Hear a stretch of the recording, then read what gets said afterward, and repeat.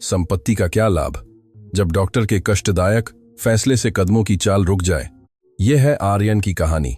एक धनी मालिक जो लकवे के सुनहरे पिंजरे में कैद था, जब तक कि नियति ने उसे अपने कार्यालय की दीवारों के पीछे एक गरीब लड़की के जादुई स्पर्श से नहीं मिलाया। कौन जानता था कि उस लड़की के रूखे हाथों की मालिश ने न केवल उसके निष्क्रिय पैरों की नसों को जगाया, बल्कि मालिक के दिल को भी घुटनों पर ले आया, ताकि वह उसे शादी के लिए प्रस्ताव दे सके। देखिए कैसे सादगी इस मार्मिक कहानी में अहंकार को ध्वस्त कर देती है। आइए कहानी शुरू करते हैं। उस शाम तेज बारिश हो रही थी। शहर के किनारे पर शान से खड़ी 20वीं मंजिल की गगनचुंबी इमारत की बड़ी कांच की खिड़कियां भीग रही थीं। यह इमारत रायचंद एम्पायर की विजय का प्रतीक थी, एक रियल एस्टेट व्यापारिक साम्राज्य जिसने इस शहर के आधे हिस्से पर कब्जा कर रखा था। ध्वनि प्रूफ मोटी कांच की दीवार के पीछे एक व्यक्ति व्हीलचेयर पर चुपचाप बैठा था। टकटकी लगाए पानी की बूंदों को देख रहा था जो न गिरने वाले आंसुओं की तरह नीचे रेंग रही थीं। उसका नाम आर्यन था। उसकी उम्र अभी 32 साल ही हुई थी। यह वह उम्र थी जो एक पुरुष के लिए सफलता की छोटी होनी चाहिए। उसका चेहरा सुंदर था, उसकी ठोड़ी मजबूत थी और उसकी आंखें एक चील की तरह तेज थीं। लेकिन अब उस चील के पंख टूट चुके थे। 3 साल पहले एक राजमार्ग पर हुई एक दुखद दुर्घटना ने उसके पैरों की चलने की क्षमता छीन ली थी। तब से आर्यन की विशाल दुनिया इस ठंडी व्हीलचेयर के पहियों तक सिकुड़ गई थी। आर्यन का विशाल कार्यालय ग्रे और काले रंग से सजा था, जो मर्दाना लग रहा था, लेकिन उसमें खालीपन महसूस हो रहा था। एयर कंडीशनर धीमी गति से गुनगुना रहा था, जिससे हड्डियां चीर देने वाली ठंडक पैदा हो रही थी, मानो उसके मालिक के जमे हुए दिल का प्रतिनिधित्व कर रहा हो।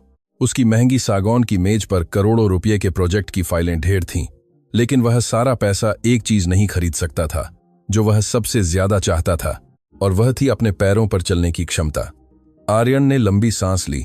उसने अपने पैर की उंगलियों को हिलाने की कोशिश की, एक निराशाजनक अनुष्ठान जिसे वह हमेशा करता था। हर शाम वह आंखें बंद कर लेता था, अपने सारे विचार और ऊर्जा अपने दाहिने पैर के सिरे पर केंद्रित करता था। बस थोड़ा सा हिल जाओ कृपया। उसके मन में चीख निकलती थी। खामोशी, कोई प्रतिक्रिया नहीं। उसके पैर अभी भी शांत, अकड़े हुए और सुन्न थे। ऐसा लगता था जैसे एक मोटी दीवार उसके दिमाग के आदेशों को उसके शरीर के निचले हिस्से तक पहुंचने से रोक रही थी। निराशा फिर उसके सीने से टकराई, हजारों सुइयों के चुभने से भी ज्यादा दर्दनाक। उसने अपनी व्हीलचेयर के हैंडल पर जोर से मारा। धिक्कार है, बेकार, सब बेकार है। कमरे का दरवाजा धीरे से खटखटाया गया। एक अधेड़ उम्र का सहायक एक गर्म कॉफी का कप लेकर अंदर आया। उसका नाम शर्मा जी था, एक वफादार कर्मचारी जो आर्यन के दिवंगत पिता के समय से कंपनी में सेवा दे रहा था। क्षमा करें आर्यन सर, यह आपकी शाम की कॉफी है। मैं कल सुबह जापानी ग्राहक के साथ बैठक का कार्यक्रम भी लाया हूं, शर्मा जी ने नम्र और सतर्क आवाज में कहा। आर्यन ने अपनी व्हीलचेयर को तेजी से घुमाया, शर्मा जी की ओर मुड़ते हुए।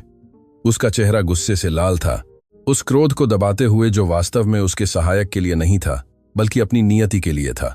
तुम्हें अंदर आने के लिए किसने कहा? शर्मा जी, क्या मैंने नहीं कहा था कि मैं खिड़की से देख रहा हूं? कोई भी परेशान न करे, आर्यन दहाड़ा।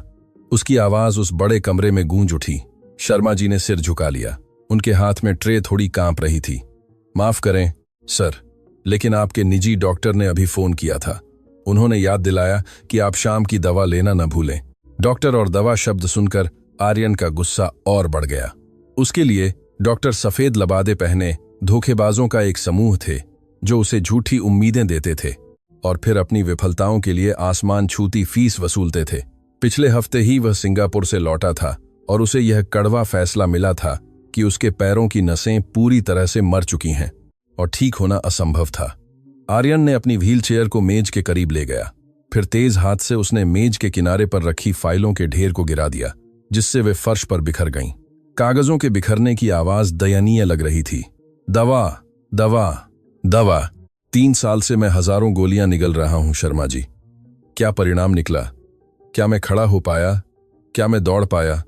नहीं, मैं अभी भी विकलांग हूं। तो फिर मुझे वह जहर क्यों पीना चाहिए? सब फेंक दो। शर्मा जी झुक गए, बिखरी हुई फाइलों को धैर्यपूर्वक उठाते हुए। वह अपने युवा मालिक के स्वभाव को अच्छी तरह जानते थे। विस्फोटक क्रोध के पीछे एक नाजुक और अकेला आत्मा छिपी थी। लोग अक्सर जोर से इसलिए नहीं चिल्लाते कि वे बुरे होते हैं, बल्कि इसलिए कि वे अपनी पीड़ा की खामोशी के बीच सुनना चाहते हैं। ठीक है सर, मैं डॉक्टर को बता दूंगा, लेकिन कृपया अपनी कॉफी पी लें जब तक वह गर्म है। आपको ऊर्जा की आवश्यकता है, इस कंपनी को आपकी आवश्यकता है। शर्मा जी ने कॉफी का कप मेज के एक साफ कोने पर रखते हुए कहा। आर्यन ने जोर से नाक से आवाज निकाली, लेकिन उसने कॉफी से इनकार नहीं किया। वह फिर से अपनी कुर्सी घुमाकर खिड़की की ओर मुड़ गया। आर्यन का कार्यालय एक अनूठी जगह पर स्थित था। शहर के बाहरी इलाके में एक नए विकासशील क्षेत्र में निर्मित यह गगनचुंबी इमारत आधुनिकता और अतीत की सादगी की सीमा पर खड़ी थी। आर्यन के कार्यालय क्षेत्र को घेरने वाली 3 मीटर ऊंची कंक्रीट की दीवार के ठीक पीछे एक घनी आबादी वाली बस्ती फैली हुई थी। 20वीं मंजिल की ऊंचाई से देखने पर वह बस्ती गंदी दिखती थी। जंग लगे घरों की छतें, संकरे रास्ते और हवा में लहराते कपड़े।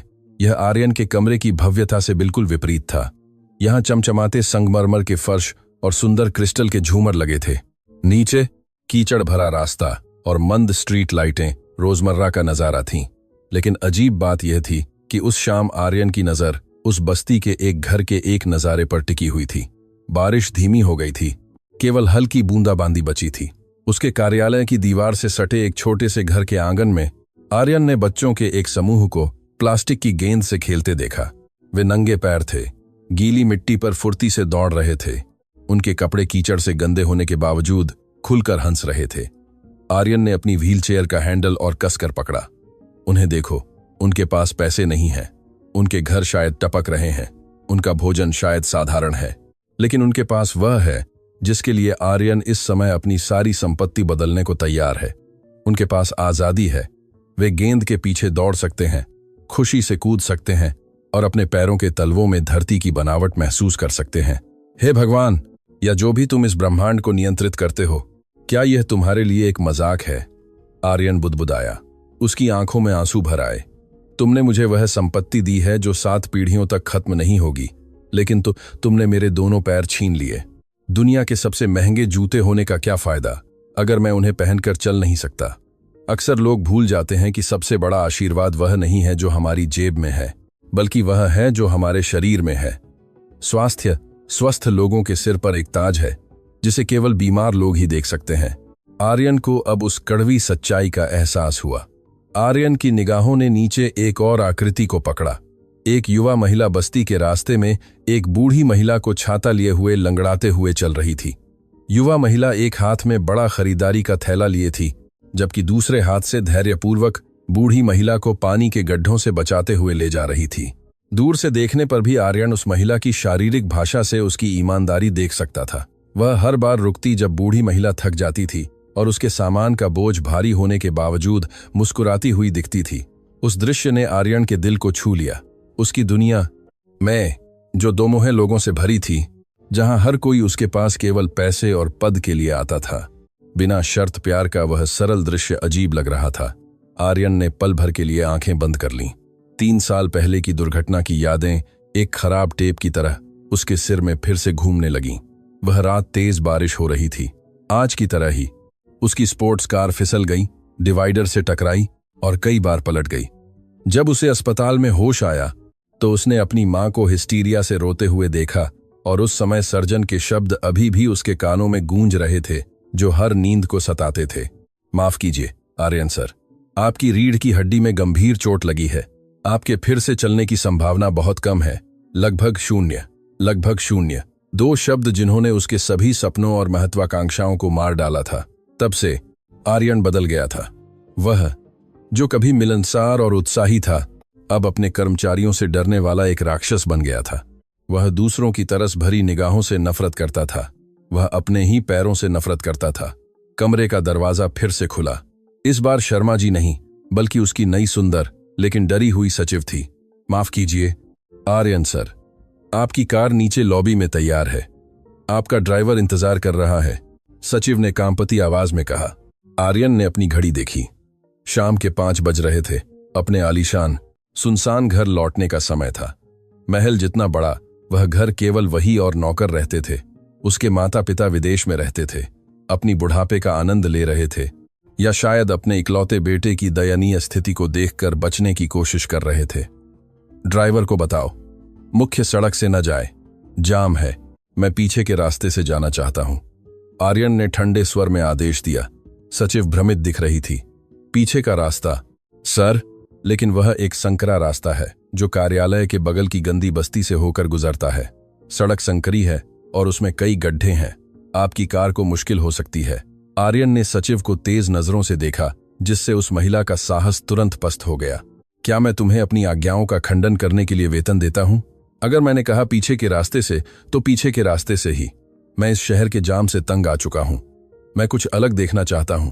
या तुम चाहती हो कि मैं तुम्हें अभी निकाल दूं? नहीं सर, मुझे माफ करें, मैं अभी ड्राइवर को बता दूंगी। सचिव ने हकलाते हुए जवाब दिया और इससे पहले कि उसे और डांट पड़ती, जल्दी से कमरे से बाहर निकल गई। आर्यन ने फिर अपने पैरों को देखा। उसने अपनी पतली हो चुकी जांघों को महसूस किया, क्योंकि उसकी मांसपेशियों का कभी इस्तेमाल नहीं किया गया था। गहरी नफरत थी, लेकिन साथ ही एक लालसा भी थी। सीधा खड़े होकर दुनिया को देखने की लालसा, न कि भीख मांगने वाले की तरह बैठकर ऊपर देखने की। यह जीवन वास्तव में रहस्यमय है।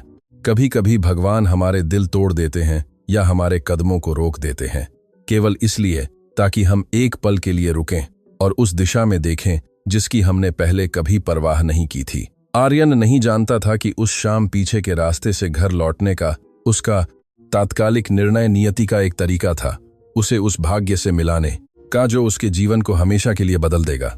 आर्यन ने अपनी व्हील चेयर का लीवर दरवाजे की ओर बढ़ाया। रबर के पहिए संगमरमर के फर्श पर धीरे से चरमराए। उसका हर चक्कर एक अप्रत्याशित मुलाकात के लिए समय गिन रहा था। बाहर आसमान में शाम का रंग छाने लगा था। नारंगी और ग्रे रंग पश्चिम के क्षितिज को सजा रहे थे। आर्यन ने विशेष कार्यकारी लिफ्ट का बटन दबाया।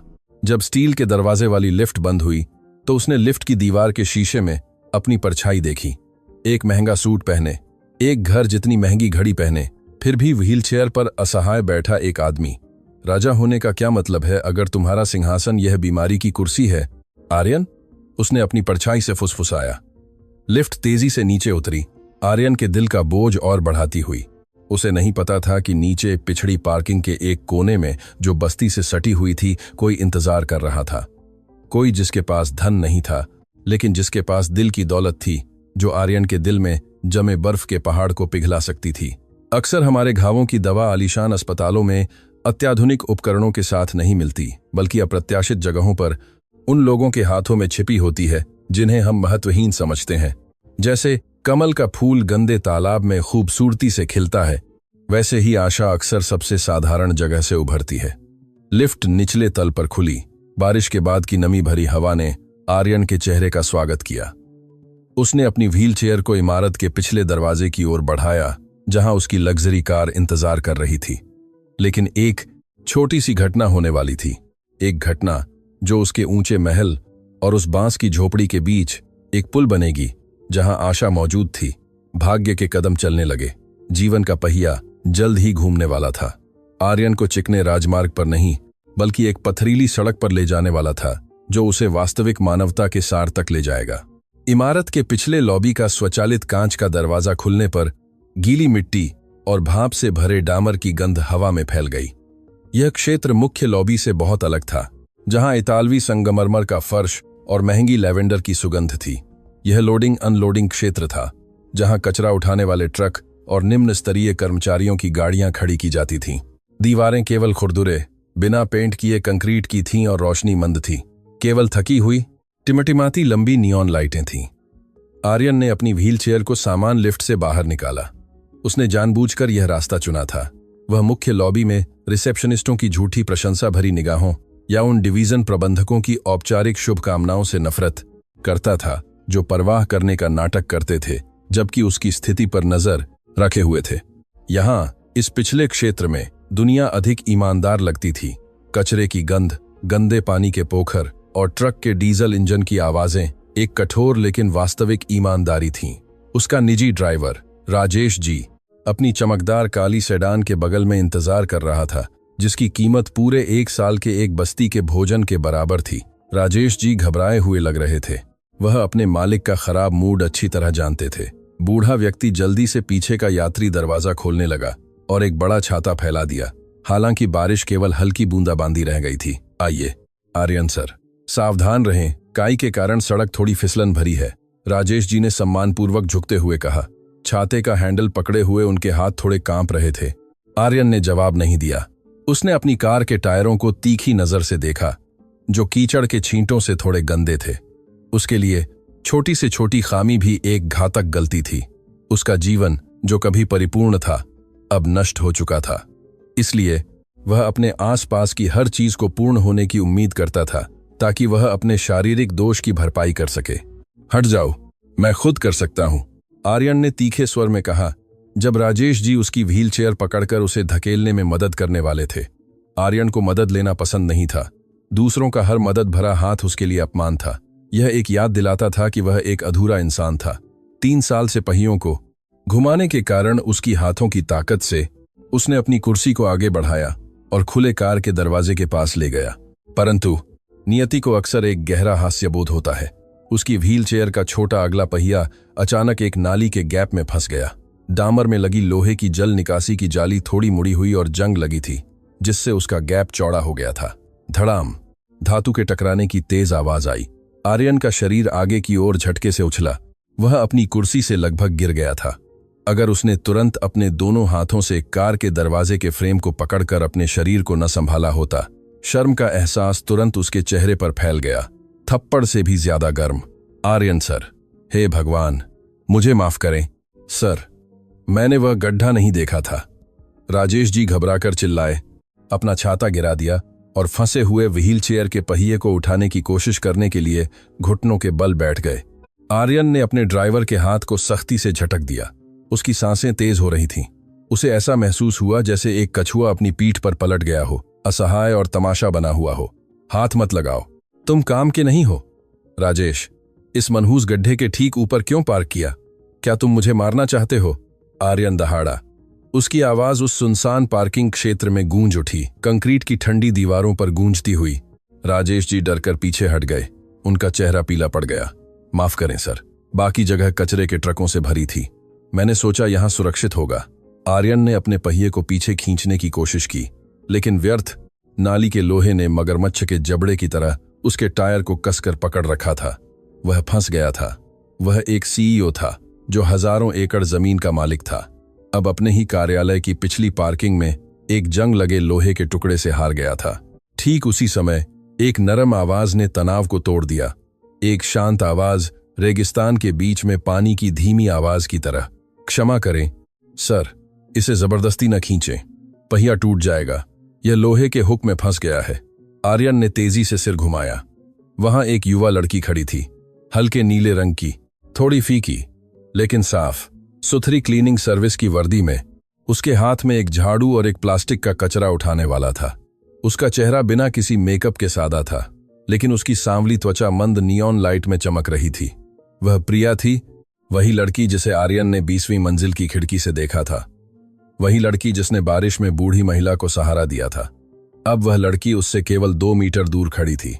उसे डर के साथ नहीं देख रही थी जैसे राजेश जी देख रहे थे, और न ही दया के साथ जैसे दूसरे लोग देखते थे। उसकी नजर सपाट, शांत और गहरी थी। तुम कौन हो? मेरे मामले में दखल देने की तुम्हारी हिम्मत कैसे हुई? आर्यन ने डांटा। उसे अपनी कमजोरी का कोई गवाह पसंद नहीं था, खासकर एक निम्न स्तरीय कर्मचारी। प्रिया एक कदम भी पीछे नहीं हटी। उसने अपनी झाड़ू और कचरा उठाने वाले को दीवार के पास करीने से रखा। वह आत्मविश्वास से लेकिन विनम्रता से करीब आई। मैं प्रिया हूं सर, शाम की शिफ्ट की सफाई कर्मचारी। माफ कीजिए अगर मैं दखल दे रही हूं, लेकिन अगर आप कुर्सी को खींचते रहे तो टायर फट जाएगा और आप घर नहीं जा पाएंगे। मुझे मदद करने दें, मैं जानती हूं कैसे करते हैं। प्रिया ने बहुत ही विनम्र लहजे में कहा, लेकिन उसमें एक अजीब दृढ़ता थी। आर्यन की सहमति का इंतजार किए बिना, जो अभी भी लड़की की हिम्मत से हैरान था, प्रिया फंसे हुए पहिए के पास घुटने टेक कर बैठ गई। उसे अपनी वर्दी की परवाह नहीं थी जो कीचड़ भरे डामर से छू रही थी। हट जाओ, मेरे सामान को मत छुओ, इसकी कीमत तुम्हारी 1 साल की तनख्वाह से ज्यादा है, आर्यन ने धमकी दी। हालांकि उसकी आवाज जिज्ञासा के कारण थोड़ी कमजोर पड़ गई थी। प्रिया हल्के से मुस्कुराई, इतनी हल्की कि शायद ही दिखाई दे। निर्जीव वस्तुएं निर्जीव ही रहती हैं सर, चाहे कितनी भी महंगी क्यों ना हो, अगर टूट जाए तो काम नहीं आती। महंगी चीज आपका शरीर है। कृपया थोड़ी देर के लिए अपना गुस्सा काबू में रखें। गुस्सा करने से आपकी मांसपेशियां तन जाएंगी और रक्त संचार संकुचित हो जाएगा। आर्यन चुप हो गया। यह पहली बार था जब किसी ने उसे उसके चेहरे पर, जब वह बहुत गुस्से में था, सलाह देने की हिम्मत की थी। इस लड़की के शब्द साधारण थे, लेकिन सीधे दिल को छू गए। प्रिया ने अपनी वर्दी की जेब से एक छोटा स्क्रू ड्राइवर निकाला, एक उपकरण जिसे वह हमेशा ढीले झाड़ू के हैंडल को ठीक करने के लिए साथ रखती थी। फुर्ती से उसने अपने बाएं हाथ से कुर्सी के पहिए को पकड़े हुए नाली के लोहे के एक छोटे से हिस्से को थोड़ा सा उठाया। राजेश जी, कृपया थोड़ा बाईं ओर धकेलें, धीरे से। प्रिया ने अभी भी अवाक खड़े ड्राइवर को आदेश दिया। राजेश जी ने तुरंत आज्ञा का पालन किया, मानो प्रिया उस समय उनकी मालिक हो। 1 2 3 क्लिक। धातु के निकलने की मधुर आवाज आई। कुर्सी का पहिया स्वतंत्र हो गया। प्रिया ने धीरे से व्हील चेयर को पीछे खींचकर समतल जगह पर ले आई। फिर वह खड़ी हो गई और अपने घुटनों पर लगी गंदगी को हल्के से थपथपाकर साफ किया। ठीक हो गया सर, आप अब गाड़ी में बैठ सकते हैं, प्रिया ने सम्मानपूर्वक झुकते हुए कहा। आर्यन अभी भी अवाक था। उसने लड़की को जांच भरी निगाहों से देखा। कुछ अलग था, इस लड़की के चलने का तरीका, उसके बोलने का तरीका। और रुकिए, आर्यन को अपने पैरों में कुछ अजीब महसूस हुआ।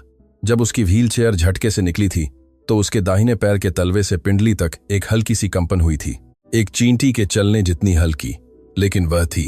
3 साल से उसने सुन्नता और ठंडक के अलावा कुछ भी महसूस नहीं किया था। रुको, आर्यन ने रोका जब प्रिया अपनी झाड़ू उठाने के लिए मुड़ने वाली थी। जब तुमने पहिए को पकड़ा था तो तुम्हारा हाथ मेरे पैर से छू गया था। प्रिया मुड़ी, उसका चेहरा अभी भी शांत था।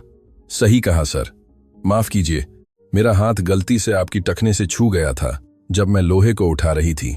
आर्यन ने लार निगल ली, उसका गला सूख गया था। तुमने क्या किया? यह गर्म क्यों लग रहा है? सवाल अनायास ही निकल गया। आर्यन को वास्तव में यह स्वीकार करने में शर्म आ रही थी कि उसे वह सनसनी महसूस हुई थी। एक पल के लिए फैलने वाली गर्मी की सनसनी फिर गायब हो गई। प्रिया की आंखें पल भर के लिए चमक उठीं। वह फिर पास आई। इस बार उसने आर्यन की आंखों में सीधे देखने की हिम्मत की। उस लड़की की आंखों में आर्यन ने अपनी नाजुक परछाई देखी। आपको गर्मी महसूस हुई? प्रिया ने पुष्टि के लिए पूछा। थोड़ी सी, जैसे मधुमक्खी ने डंक मारा हो, लेकिन मांस के अंदर यह असंभव है। डॉक्टरों ने कहा, मेरी नसें पूरी तरह से मर चुकी हैं। मेरे पैर केवल हड्डियां हैं जिन पर सड़ा हुआ मांस चिपका हुआ है। आर्यन ने कड़वाहट से जवाब दिया। प्रिया ने धीरे से सिर हिलाया। वह फिर से आर्यन के सामने झुक गई, इस बार एक अलग इरादे से। वह अब कुर्सी के पहिए को नहीं देख रही थी, वह आर्यन के पैरों को देख रही थी, जो महंगे कपड़े की पैंट और चमकदार चमड़े के जूते में लिपटे थे। क्या मैं थोड़ी देर के लिए जांच कर सकती हूं? सर, मैं आपको चोट नहीं पहुंचाऊंगी, मैं बस कुछ सुनिश्चित करना चाहती हूं, प्रिया ने अनुरोध किया। पता नहीं इस लड़की में क्या जादू था। आर्यन ने धीरे से सिर हिला दिया। उसकी तर्कशक्ति मना कर रही थी, लेकिन उसकी ठीक होने की प्यासी आत्मा ने उसे मानने पर मजबूर कर दिया। प्रिया ने सावधानी से आर्यन के टखने को पकड़ा। लड़की के हाथ खुरदुरे थे, उसकी हथेलियां झाड़ू और पोछे के हैंडल पकड़ने से कड़ी पड़ गई थीं। लेकिन जब उसने पतली मोमे के नीचे आर्यन की त्वचा को छुआ तो उसका स्पर्श गर्म और ऊर्जावान महसूस हुआ। प्रिया ने अपनी अंगुली से टखने के अंदरूनी हिस्से के नीचे एक बिंदु पर दबाव डाला। दबाव मजबूत, दृढ़ और मापा हुआ था, कोई यादृच्छिक मालिश नहीं। आर्यन चौंक कर उछल पड़ा। उसे दर्द नहीं हुआ, लेकिन उसे एक झटका लगा। उसकी जांघ की मांसपेशी अनैच्छिक रूप से ऐंठ गई। राजेश जी, जो यह देख रहे थे, चौंक कर आंखें फाड़ दी। आर्यन सर, ओह, आपके पैर अभी हिले। आर्यन खुद सदमे में था। उसने अपने पैरों को देखा जो अब फिर से शांत थे। यह सिर्फ मांसपेशियों का ऐंठन है, लकवाग्रस्त लोगों में सामान्य। आर्यन ने अपने दिल में पनप रही जंगली आशा को तर्कसंगत बनाने की कोशिश की। प्रिया ने अपना हाथ हटा लिया और सीधी खड़ी हो गई। उसका चेहरा अब गंभीर लग रहा था, जैसे किसी विशेषज्ञ डॉक्टर ने अभी अभी एक दुर्लभ निदान खोजा हो। यह सामान्य ऐंठन नहीं थी सर। अगर यह ऐंठन होती तो मांसपेशियां अकड़ जाती और कठोर हो जाती। वह अभी तंत्रिका प्रतिक्रिया थी। रास्ता है लेकिन कीचड़ से ढका हुआ है, प्रिया ने एक अद्वितीय रूपक के साथ समझाया। तुम्हारा मतलब? आर्यन ने भौहें सिकोड़ी। मेरे पिताजी इस दीवार के पीछे की बस्ती में एक हड्डी रोग विशेषज्ञ थे। उन्होंने मुझे मानव शरीर में हवा और रक्त के रास्तों के बारे में सिखाया। आपके पैर एक बंद नाली की तरह हैं जो कचरे से भरी है। पानी अभी भी है, बस बह नहीं सकता। आधुनिक डॉक्टर इसे स्थायी क्षति मान सकते हैं क्योंकि वे एक्स-रे की तस्वीरों से देखते हैं, लेकिन मानव शरीर एक मशीन नहीं है सर। शरीर मिट्टी है जिसे भगवान ने बनाया है। इसे फिर से आकार दिया जा सकता है अगर आप जानते हैं कि कैसे। प्रिया की व्याख्या आर्यन के व्यावसायिक और तार्किक दिमाग को समझ से बाहर लगी। वायुमार्ग, रक्त का अवरोधन एक तांत्रिक की बकवास जैसा लग रहा था, लेकिन वह ऐंठन वास्तविक थी, वह गर्मी वास्तविक थी। तुम कहना चाहती हो कि जर्मनी और अमेरिका से पढ़े हुए डॉक्टर जो इतने समय से मेरा इलाज कर रहे हैं वे गलत हैं, और तुम मेरे कार्यालय की एक सफाई कर्मी उनसे ज्यादा स्मार्ट हो? आर्यन ने ताना मारा। उसका संशयवादी स्वभाव खुद को बचाने के लिए एक ढाल के रूप में फिर से उभरा। प्रिया फिर मुस्कुराई, इस बार और चौड़ी और सच्ची, एक मुस्कान जिसने उसके सादे चेहरे को स्वाभाविक रूप से सुंदर बना दिया। मैं ज्यादा स्मार्ट नहीं हूं सर, मैंने बस 12वीं पास की है। वे डॉक्टर महान हैं, वे आपके शरीर की हर हड्डी और नस का लैटिन नाम जानते हैं, लेकिन कभी कभी जो लोग बहुत ज्यादा किताबें देखते हैं वे भावना देखना भूल जाते हैं। मेरे पास कोई डिग्री नहीं है, लेकिन मेरे पास मेरे पूर्वजों से विरासत में मिला ज्ञान है, और मेरे हाथ कहते हैं कि आपके पैर अभी भी चलना चाहते हैं। अंतिम वाक्य आर्यन के सीने से हथौड़े की तरह टकराया। आपके पैर अभी भी चलना चाहते हैं तुम इसे साबित कर सकती हो? आर्यन ने चुनौती दी। उसकी आवाज गुस्से और उम्मीद के बीच कांप रही थी। हाँ, इंशाअल्लाह, लेकिन यहां नहीं। इस पार्किंग की रात की हवा खराब है, इसमें ऐसी जहरीली नमी है जो आपके हड्डियों को और खराब कर सकती है। और साथ ही प्रिया ने राजेश जी और कुछ ट्रक ड्राइवरों की ओर देखा जो दूर से उन्हें देख रहे थे। इलाज के लिए मन की शांति चाहिए, इसे संशय और क्रोध से भरे दिल से नहीं किया जा सकता। आर्यन ने नाक से आवाज निकाली। तो कहां? मेरे ऑफिस में? नहीं, प्रिया ने दृढ़ता से इनकार किया। वह ठंडा कमरा आपकी नसों के लिए एक जेल है सर। ठंडक आपके लकवे का मुख्य दुश्मन है। प्राकृतिक हवा, शाम की धूप या जीवित हवा के संचार की आवश्यकता है। तो तुम चाहती हो मैं कहां जाऊं? अस्पताल? मेरे घर? प्रिया ने दृढ़ता से जवाब दिया। मेरा घर यहां से सिर्फ 5 मिनट की दूरी पर है। उस दीवार के पीछे वहां एक बांस का बरामदा है जहां हवा का संचार अच्छा है। अगर आप एक गरीब आदमी की झोपड़ी में आने के लिए अपना घमंड कम करने की हिम्मत करते हैं तो मैं अपना वादा साबित करूंगी। आर्यन चुप हो गया। यह प्रस्ताव पागलपन भरा था। एक अरबपति अपने ही सफाई कर्मचारी से मालिश करवाने के लिए एक गंदी बस्ती में आए। अगर मीडिया को पता चला तो यह एक शर्मनाक मुख्य खबर बन जाएगी। आर्यन ग्रुप के सीईओ एक मालिश वाले तांत्रिक से इलाज करा रहे हैं, लेकिन फिर आर्यन ने अपने पैरों को देखा। वे पैर जिन्होंने 3 साल से उसके जीवन को खामोश कर रखा था। वे पैर जिन्होंने उसे उसकी बात करें प्रेमिका से दूर कर दिया था, दोस्तों से अलग कर दिया था और प्रतिद्वंद्वियों से दया दिलवाई थी। कोशिश करने में क्या नुकसान है? वैसे भी उसने अपनी सारी निजी चीजें खो दी थीं। आत्मसम्मान को भाड़ में जाने दो अगर वह उसे फिर से खड़ा कर सकता है। आर्यन ने प्रिया को गौर से देखा। उन साफ आंखों में झूठ खोजने की कोशिश कर रहा था, लेकिन उसे कुछ नहीं मिला। उसे केवल एक चट्टान की तरह दृढ़ विश्वास मिला। ठीक है, आर्यन ने आखिरकार कहा। उसकी आवाज धीमी थी। लेकिन एक बात याद रखना, अगर तुम असफल हुई, अगर तुमने मुझे भी उन्हीं डॉक्टरों की तरह झूठी उम्मीद दी, तो मैं यह सुनिश्चित करूंगा कि तुम इस शहर में फिर कभी काम नहीं कर पाओगी। तुम समझी? यह धमकी भयानक थी, लेकिन प्रिया ने इसे हल्के सिर हिलाकर स्वीकार किया। मैं समझ गई सर, लेकिन अगर मैं सफल हुई तो मैं पैसे नहीं मांगूंगी।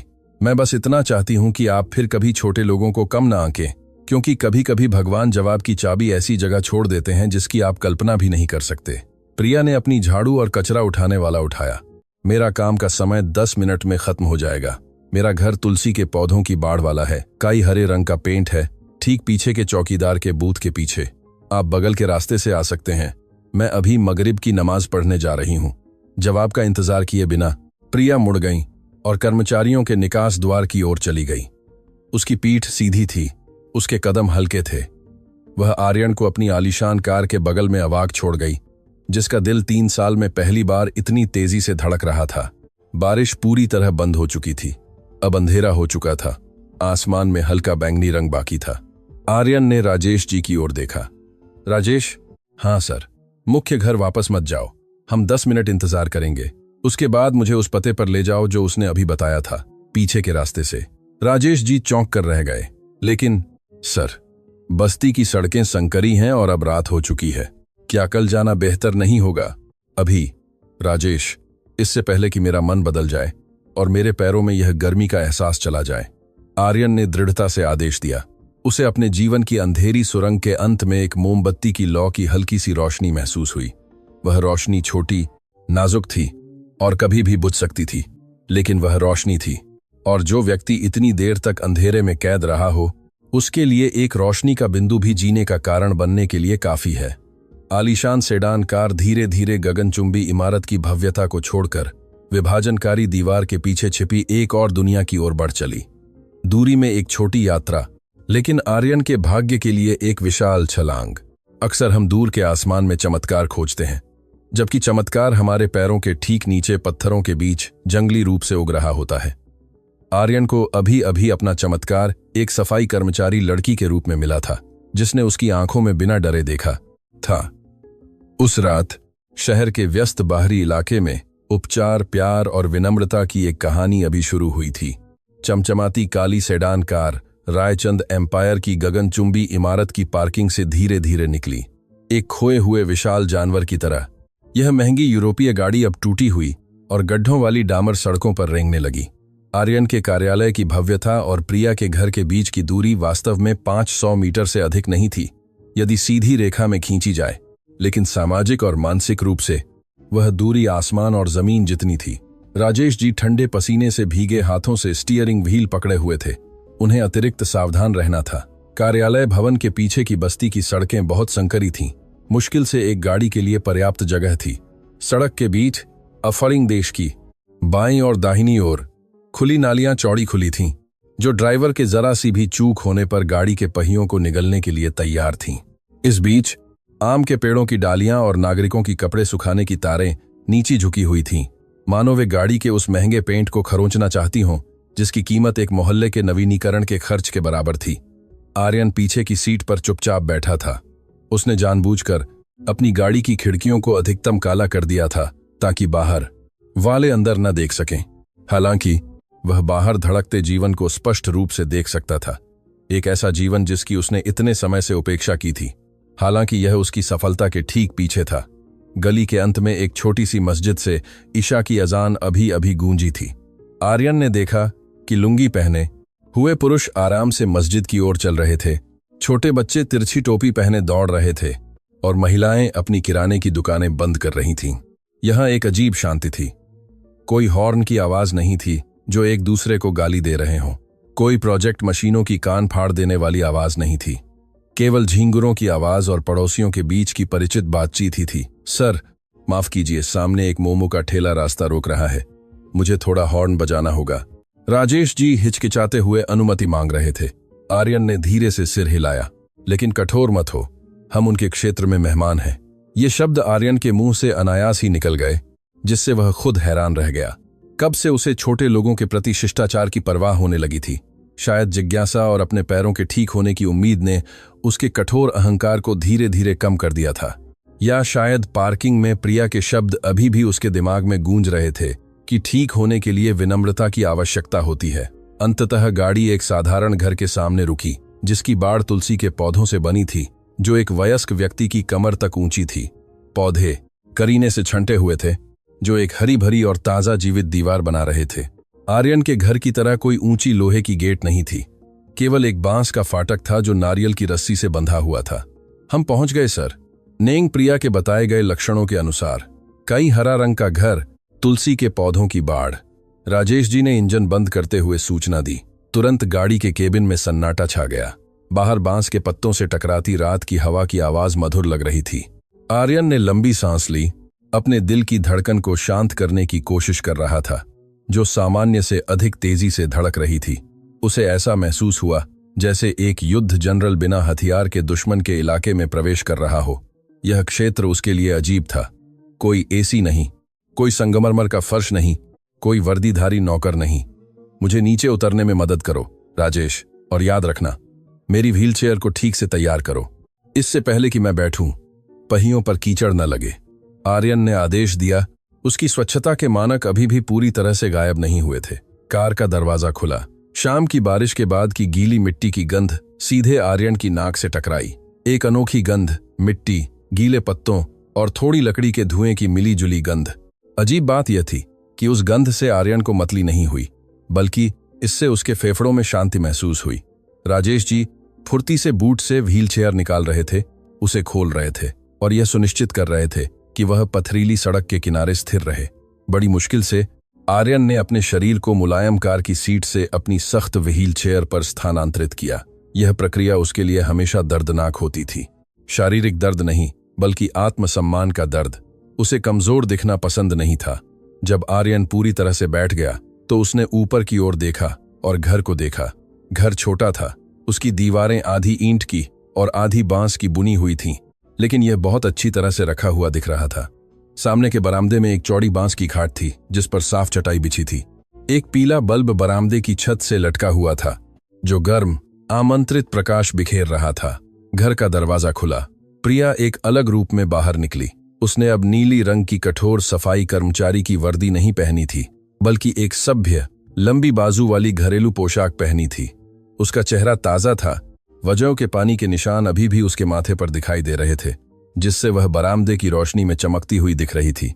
अस्सलाम वालेकुम आर्यन सर, आप सच में आए। प्रिया ने हल्की मुस्कान के साथ अभिवादन किया, जिसमें सम्मान था लेकिन अत्यधिक नहीं। आर्यन ने अपनी प्रतिष्ठा बनाए रखने की कोशिश करते हुए गला साफ किया। मैं ऐसा व्यक्ति नहीं हूं जो वादा तोड़ता हो, और न ही मैं समय बर्बाद करने वाला व्यक्ति हूं। तुमने कहा था कि तुम अपनी बात साबित कर सकती हो, तो यहां मैं तुम्हारी झोपड़ी में हूं। प्रिया को झोपड़ी कहे जाने से कोई ठेस नहीं पहुंची। इसके बजाय उसने बांस का फाटक चौड़ा खोल दिया। वालेकुम सलाम, कृपया अंदर आइए सर। यह झोपड़ी छोटी जरूर है, लेकिन इंशा अल्लाह अच्छे इरादों को पूरा करने के लिए काफी है। सावधान रहें, चमेली के फूल के गमले के पास थोड़ी सी ऊंचाई है। राजेश जी ने आर्यन की व्हील चेयर को धकेलते हुए आंगन में प्रवेश किया। व्हील चेयर के पहिए बजरी पर चढ़ते हुए चरचराए। बगल के घर के बरामदे में बैठे कुछ पड़ोसी फुसफुसाने लगे। उन्होंने आर्यन की लग्जरी कार और उसकी व्हील चेयर की ओर इशारा किया। थकिल, असहज महसूस हुआ। वह उन पर चिल्लाना चाहता था ताकि वे उसे सर्कस के जानवर की तरह देखना बंद करें, लेकिन इससे पहले कि आर्यन का गुस्सा फूटता, एक झुकी हुई बूढ़ी महिला घर के अंदर से प्रिया के पीछे बाहर निकली। उसके बाल पूरी तरह से सफेद हो चुके थे, जो एक साधारण जूड़े में बंधे थे। उसका चेहरा उम्र के साथ झुर्रियों से भर गया था, लेकिन उसकी आंखों में एक मां की कोमलता चमक रही थी। वह गीता मां थी, प्रिया की मां। अरे, कोई महत्वपूर्ण मेहमान आया है। प्रिया ने अभी बताया कि उसका मालिक आएगा। आओ आओ बेटा, इसे अपना ही घर समझो। माफ करना, जगह छोटी और अस्त व्यस्त है। गीता मां ने गर्मजोशी से अभिवादन किया। उसकी आवाज कांप रही थी, लेकिन सच्ची थी। गीता मां लंगड़ाते हुए आर्यन के पास आईं और फिर बिना किसी हिचकिचाहट के आर्यन का हाथ मिलाया। वह बूढ़ा हाथ खुरदुरा, सूखा और गर्म था। आर्यन, जो आमतौर पर अजनबियों को छूने से कतराता था, अचानक स्तब्ध रह गया। उसे अपना हाथ खींचने का समय नहीं मिला। उस झुर्रियों वाले हाथ की पकड़ से स्नेह की एक अजीब ऊर्जा प्रवाहित हुई, एक ऐसी ऊर्जा जो उसे अपनी दादी की याद दिलाती थी, इससे पहले कि धन और लालच ने उसके परिवार को बर्बाद कर दिया था। धन्यवाद मां, आर्यन ने अकड़कर जवाब दिया। उसे नहीं पता था कि क्या कहना है। कृपया आर्यन सर, आपकी व्हील चेयर को उस खाट के बगल में पार्क किया जा सकता है, प्रिया ने नम्रता से कहा। एक पल रुकिए बेटा, मैं अदरक की चाय और गुड़ का काढ़ा बनाऊंगी। सबसे अच्छी थकान मिटाने वाली दवा है, गीता मां ने फुर्ती से घर के अंदर जाते हुए कहा। अब बरामदे में केवल आर्यन और प्रिया ही थे। एक पल के लिए सन्नाटा छा गया। केवल नाली से मेंढकों की आवाजें सुनाई दे रही थीं। तुम्हारी बूढ़ी मां मुझे अदरक की चाय क्यों पिला रही है?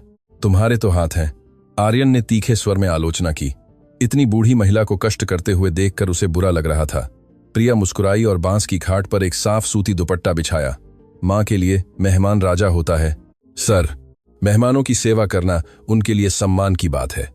अगर मैं उन्हें मना करूं तो वे दुखी होंगी। उन्हें उपयोगी महसूस करने दें। बुजुर्ग अक्सर अकेला महसूस करते हैं क्योंकि उन्हें लगता है कि उनके बच्चों को अब उनकी जरूरत नहीं है। आप निश्चित रूप से समझ सकते हैं कि जरूरत न होने का एहसास कैसा होता है ना? यह आखिरी वाक्य फिर से आर्यन के दिल को छू गया।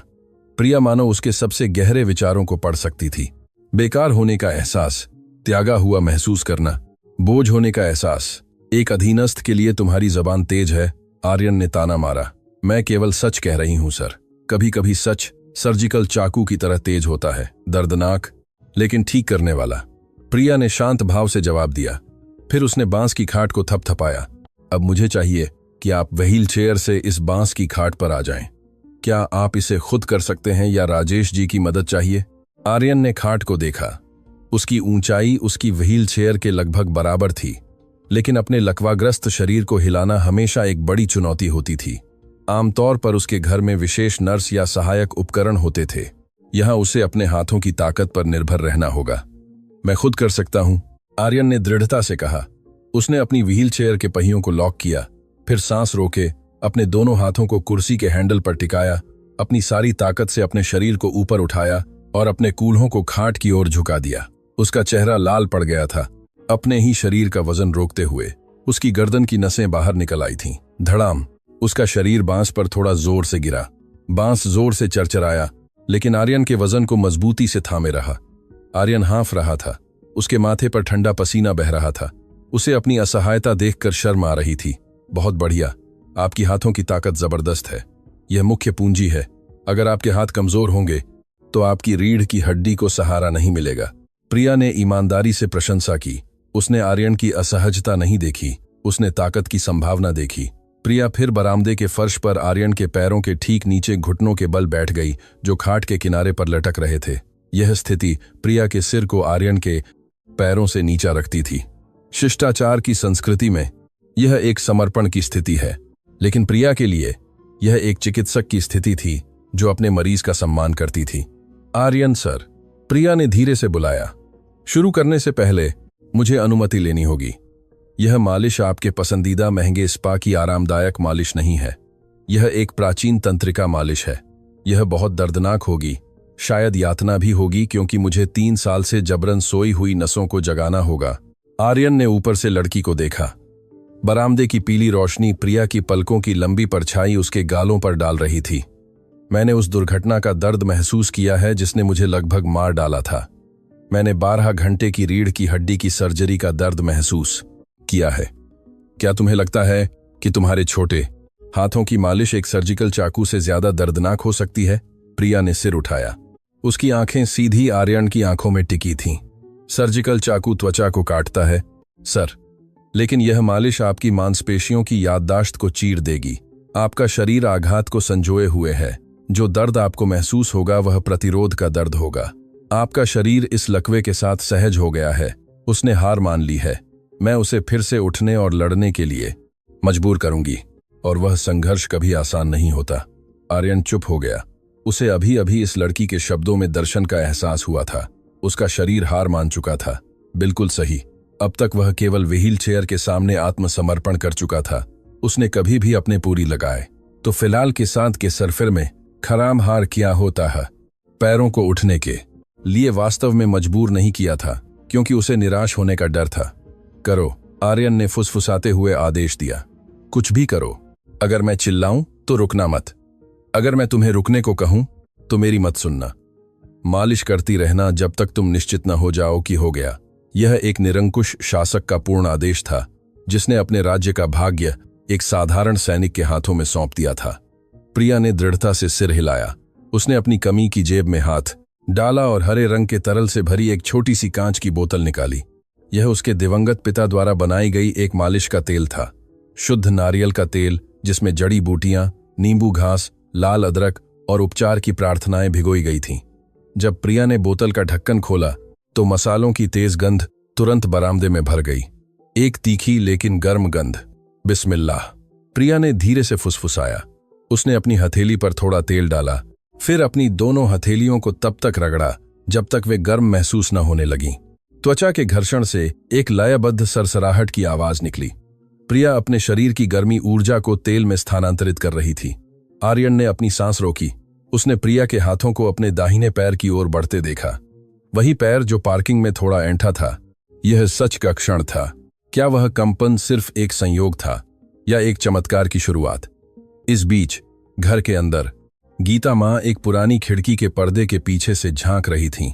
उनके मुंह में प्रार्थनाएं बुदबुदा रही थीं। वह अपनी बेटी पर पड़ने वाले बोझ को अच्छी तरह जानती थीं। एक साधारण व्यक्ति की मालिश करना भी अतिरिक्त ऊर्जा लेता है। एक ऐसे व्यक्ति की मालिश करना तो और भी मुश्किल था जिसका दिल बुरी तरह टूटा हुआ था। शारीरिक बीमारी अक्सर हृदय रोग की अभिव्यक्ति होती है। और आज रात प्रिया न केवल अपने मालिक के पैरों की मालिश कर रही थी, बल्कि उस अभिमानी व्यक्ति की आत्मा में उलझे हुए धागों को सीधा करने की भी कोशिश कर रही थी। उस साधारण बरामदे में बारिश रुकने के बाद सितारों से भरे रात के आसमान के नीचे एक खामोश लड़ाई शुरू होने वाली थी। निराशा बनाम आशा, चिकित्सा तर्क बनाम पारंपरिक ज्ञान, और दो ऐसे इंसानों के बीच की लड़ाई जो अलग अलग दुनिया से थे, लेकिन अब एक ही दर्द से एकजुट थे। रात की हवा धीरे धीरे चल रही थी, तुलसी के पत्तों को हिला रही थी। झींगुरों की आवाजें मानो इस उपचार अनुष्ठान के लिए संगीत बन गई थीं। आर्यन ने अपनी आंखें बंद कर लीं, आत्मसमर्पण कर दिया, और अगले ही पल प्रिया के गर्म हाथों ने उसके पैरों की ठंडी त्वचा को छुआ। वह पहला स्पर्श दबाव नहीं था, बल्कि एक अभिवादन था। एक इंसान का दूसरे इंसान से अभिवादन, बिना पद के अवरोध के, बिना जाति के विभाजन की दीवार के। मैं शुरू करूं सर? लंबी सांस लें, धीरे धीरे बाहर छोड़ें। दर्द को स्वीकार करें, दर्द को एक दोस्त के रूप में स्वीकार करें जो अच्छी खबर लाता है। प्रिया ने मुलायम लेकिन सम्मोहक आवाज में मार्गदर्शन किया। आर्यन ने आज्ञा मानी। उसने गहरी सांस ली, नींबू घास के तेल की गंध और गांव की ताजा हवा को अंदर लिया, और उपचार की दर्दनाक यात्रा शुरू हुई। एक ऐसी यात्रा जो न केवल आर्यन के शरीर को बदल देगी, बल्कि अहंकार के उस गढ़ को भी गिरा देगी जिसे उसने इतने समय से आसमान जितना ऊंचा बना रखा था। इसी बांस के बरामदे में उनका भाग्य मजबूती से बंध जाएगा, किसी भी मांसपेशी के गांठ से ज्यादा मजबूत। रात शहर के बाहरी इलाके में गहरी होती जा रही थी, जो कभी सोता नहीं था। नाली में झींगुरों और मेंढकों की आवाजें दूर राजमार्ग से एम्बुलेंस की धीमी आवाज के साथ मिल रही थीं। प्रिया के परिवार के आधे ईंट और आधे बांस के बने घर के बरामदे में समय मानो थम सा गया था।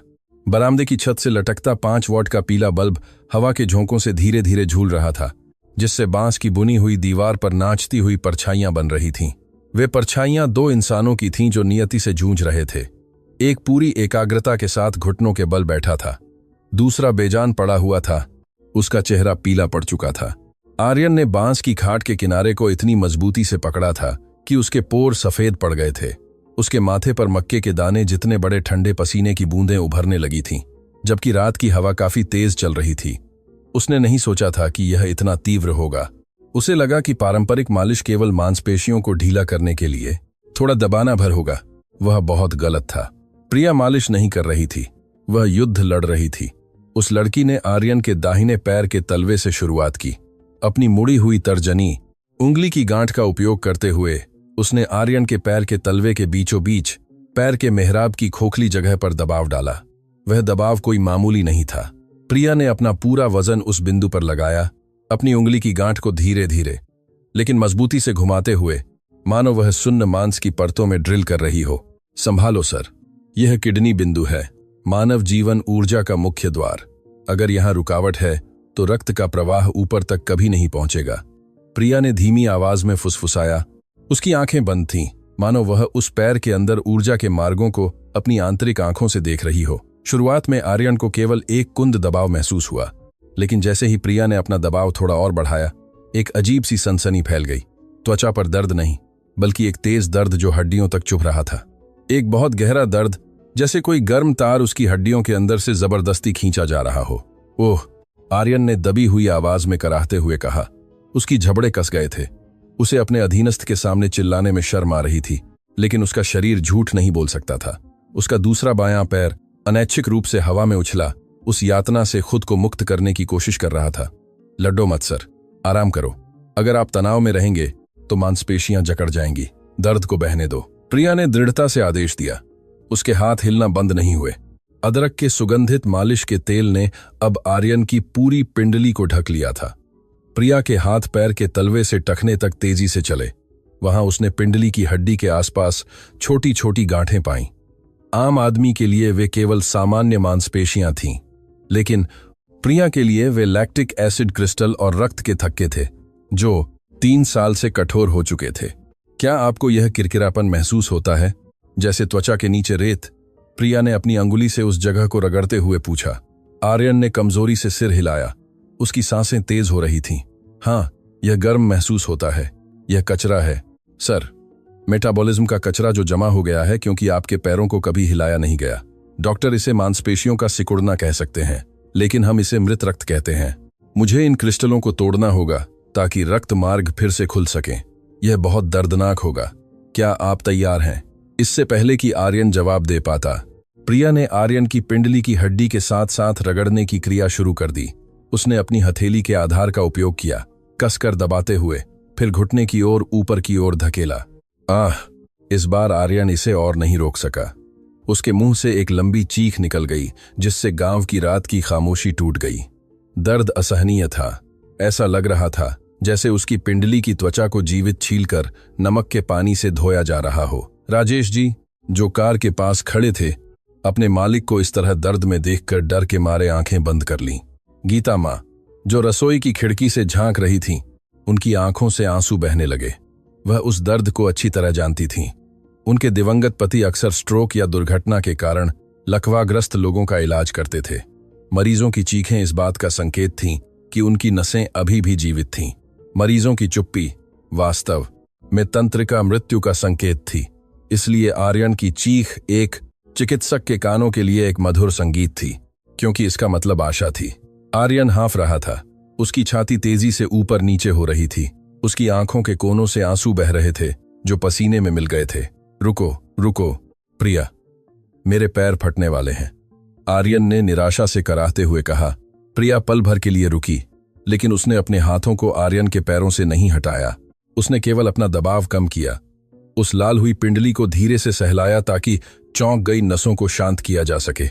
माफ करें सर, मैं जानती हूं यह यातना है, लेकिन यह देखिए। प्रिया ने आर्यन के पैर की पीठ की ओर इशारा करते हुए कहा। आर्यन ने अपनी सूजी हुई आंखें खोलीं और अपने पैरों को देखने के लिए नीचे झुका। उसने जो देखा उसने उसे चुप कर दिया। उसके पैर की पीठ पर महीन नसें, जो पहले दबी हुई थीं और अदृश्य थीं, अब नीले हरे रंग में उभरने लगी थीं। वहां एक हल्की सी धड़कन थी, जीवन की धड़कन। वह पैर जो 3 साल से मुर्दे की तरह पीला और ठंडा था, अब लाल और गर्म हो गया था। सर, वह नीली नस देखते हैं? वह इस बात का संकेत है कि रक्त अब अंदर प्रवेश करना चाहता है। मैंने प्रवेश द्वार को तोड़ दिया है, अब केवल गलियारे को साफ करना बाकी है। प्रिया ने थकी हुई लेकिन संतुष्ट मुस्कान के साथ समझाया। आर्यन ने उन नसों को आश्चर्य से देखा। उसने अपने पैर के अंगूठे को हिलाने की कोशिश की। वह हिला। अंगूठा केवल थोड़ा सा हिला, शायद केवल 2 मिमी, लेकिन वह हिला। ऐंठन के कारण नहीं, बल्कि इसलिए कि आर्यन ने उसे हिलने का आदेश दिया था और अंगूठे ने आज्ञा मानी। हे भगवान, आर्यन फुसफुसाया। उसकी आवाज बहुत कांप रही थी। ये हिल रहा है प्रिया, तुमने देखा? प्रिया ने दृढ़ता से सिर हिलाया। मैंने देखा सर। अल्हम्दुलिल्लाह, यह सिर्फ अंगूठा है। हमारी यात्रा कमर तक अभी लंबी है। आर्यन का जोश जो बुझ गया था, अचानक पेट्रोल से छिड़की आग की तरह फिर से भड़क उठा। भयानक दर्द जो उसने महसूस किया था, वह अचानक समझ में आने लगा। वह यातना का दर्द नहीं था, वह संघर्ष का दर्द था। जारी रखो, आर्यन ने आदेश दिया, इस बार एक अलग स्वर में। अब कोई संदेह नहीं था। फिर से करो, उन सभी रुकावटों को तोड़ दो। मुझे परवाह नहीं है कि कितना दर्द होता है, मुझे फिर से चलाओ। प्रिया सम्मानपूर्वक मुस्कुराई। उसने अपने माथे से पसीना अपनी आस्तीन से पोंछा। वह खुद पहले से ही थक चुकी थी। एक लकवाग्रस्त व्यक्ति की मालिश करने के लिए बहुत ऊर्जा की आवश्यकता होती है। उसे अपने शरीर की गर्मी ऊर्जा को रोगी के शरीर में स्थानांतरित करना पड़ता था। लेकिन आर्यन की आंखों में आशा की चमक देखकर उसकी सारी थकान कहीं उड़ गई। ठीक है सर, अब हम घुटनों पर चलते हैं। यह सबसे जटिल हिस्सा है। घुटने शरीर का कब्जा है। यहाँ बहुत सारी नसें और लिगामेंट्स मिलते हैं। आपको आराम करना होगा, अकड़ना मत, प्रिया ने निर्देश दिया। प्रिया ने फिर से तेल डाला। इस बार उसने उसमें ताजे लाल अदरक को पीसकर मिलाया था, जो उसकी मां ने एक छोटी कटोरी में तैयार रखा था। लाल अदरक में तीखा गर्म गुण होता है, जो अकड़न वाले जोड़ों को गर्म करने के लिए बहुत अच्छा होता है। उसने तेल और अदरक के मिश्रण को आर्यन के घुटने की कटोरी पर मला। आर्यन को शुरुआत में एक आरामदायक गर्म सनसनी महसूस हुई, लेकिन धीरे धीरे वह एक तीखी गर्मी में बदल गई। प्रिया ने घुटने के पीछे के क्षेत्र की मालिश करना शुरू किया, जहां पैर मुड़ता है। वहां एक बड़ा तंत्रिका गुच्छा होता है जो जांघ और पिंडली को जोड़ता है। प्रिया के हाथ चुटकियों की तकनीक से नाच रहे थे। उसने घुटने के पीछे की बड़ी नसों को गिटार के तार की तरह खींचा। छटक चटक, हड्डी से टकराती नसों की आवाज दर्दनाक लग रही थी। आह, बहुत दर्द हो रहा है प्रिया, ऐसा लगता है जैसे बिजली का झटका लगा हो। आर्यन ने दांत पीसते हुए दर्द को सहन करते हुए शिकायत की। हाँ, यह बिजली के झटके जैसा ही है सर। आपके शरीर की बिजली की तारों को फिर से जोड़ा जा रहा है। थोड़ी देर और सहन करें, सांस लें, सांस छोड़ें। उस दर्दनाक प्रक्रिया के बीच आर्यन की आंखें सामने की ओर टिकी थीं। प्रिया के इस साधारण घर के बरामदे में लेटे हुए वह अपनी खुद की ऊंची कार्यालय इमारत को विभाजनकारी दीवार के पार देख सकता था। वह इमारत अब घोर अंधेरे में डूबी थी। केवल उसकी चोटी पर लाल सूचक रोशनी टिमटिमा रही थी। आर्यन ने सोचा, उस आलीशान इमारत में उसके पास लाखों रुपये की एक एर्गोनॉमिक कुर्सी थी जो विशेष रूप से उसकी पीठ को सहारा देने के लिए डिजाइन की गई थी। लेकिन उस कुर्सी ने उसे कभी ठीक नहीं किया था। यहाँ इस कठोर बांस की खाट पर, जिसकी कीमत शायद 1000 रुपये भी नहीं थी, उसे वास्तव में ठीक होना मिल रहा था। यह जीवन कितना विडंबनापूर्ण है। हम अक्सर दूर और महंगी जगहों पर खुशी खोजते हैं, जबकि खुशी अक्सर सादगी में छिपी होती है। हम विदेशों में दवाएं खोजते हैं, जबकि दवा हमारे अपने पड़ोसियों के हाथों में होती है, जिन्हें हम इतने समय से कम आंकते रहे हैं। आर्यन सर, प्रिया ने आर्यन के विचारों को भंग करते हुए बुलाया। हाँ, आर्यन ने जवाब दिया। अब जांघ का हिस्सा, माफ करना, मुझे आपकी जांघ को थोड़ा ऊपर तक छूना होगा। यह बेईमानी नहीं है, लेकिन साइटिका नस का केंद्र जांघ के आधार और कूल्हे में होता है। अगर आपको असहज महसूस हो तो बस बता दें, मैं रुक जाऊंगी, प्रिया ने बहुत विनम्रता से कहा। उसका चेहरा थोड़ी शर्म से लाल हो गया था। आखिरकार वह एक गांव की लड़की थी जो पूर्वी परंपराओं को दृढ़ता से मानती थी। किसी ऐसे पुरुष की जांघ को छूना जो उसका संबंधी न हो, उसके लिए मुश्किल था। आर्यन ने लड़की को देखा। उसने असाधारण ईमानदारी देखी। उसमें कोई फुसलाने वाली या सस्ती निगाहें नहीं थीं, केवल एक वैद्य की व्यावसायिकता थी। बस करो प्रिया, मुझे तुम पर भरोसा है। तुम अब मेरी डॉक्टर हो। एक डॉक्टर के पास मरीज की जान बचाने के लिए कोई लिंग सीमा नहीं होती, आर्यन ने बुद्धिमानी से जवाब दिया। प्रिया ने धीरे से सिर हिलाया। बिस्मिल्लाह। उसने आर्यन की जांघ की मालिश करना शुरू किया, जिसकी मांसपेशियां अब सिकुड़ गई थीं। वह जांघ जो आर्यन के नियमित दौड़ने के कारण कभी मजबूत थी, अब नरम और बेजान थी। प्रिया ने मांसपेशियों को जगाने के लिए उन्हें मसलने और हल्के से थपथपाने की क्रिया की। जब प्रिया का हाथ जांघ के ऊपरी तीसरे हिस्से तक पहुंचा तो आर्यन ने कुछ अलग महसूस किया। दर्द नहीं, बल्कि एक कंपन कमर तक, फिर उसकी रीढ़ की हड्डी तक फैल गई। रुको, आर्यन ने कहा। प्रिया रुकी। क्या हुआ? सर, दर्द नहीं, मुझे पेशाब करने की इच्छा हो रही है, आर्यन ने ईमानदारी से कहा। शर्म से उसका चेहरा लाल हो गया था। प्रिया मुस्कुराई। अल्हम्दुलिल्लाह, यह आज रात की सबसे अच्छी खबर है सर। तुम्हारा मतलब? मुझे पेशाब करना है और तुम कहती हो कि यह अच्छी खबर है। मैं यहां पेशाब कर सकता हूं? आर्यन घबराया हुआ था। इतने समय से वह कैथेटर या वयस्क डायपर का उपयोग करता था, क्योंकि तंत्रिका क्षति के कारण वह अपने मूत्राशय को नियंत्रित नहीं कर पाता था। उसे कभी भी इच्छा महसूस नहीं हुई थी। उसे बस पता चलता था जब वह गीला हो जाता था। लेकिन आज रात उसे वह दबाव महसूस हुआ। सर, क्या आपको एहसास नहीं है? आपको पेशाब करने की इच्छा महसूस हो रही है।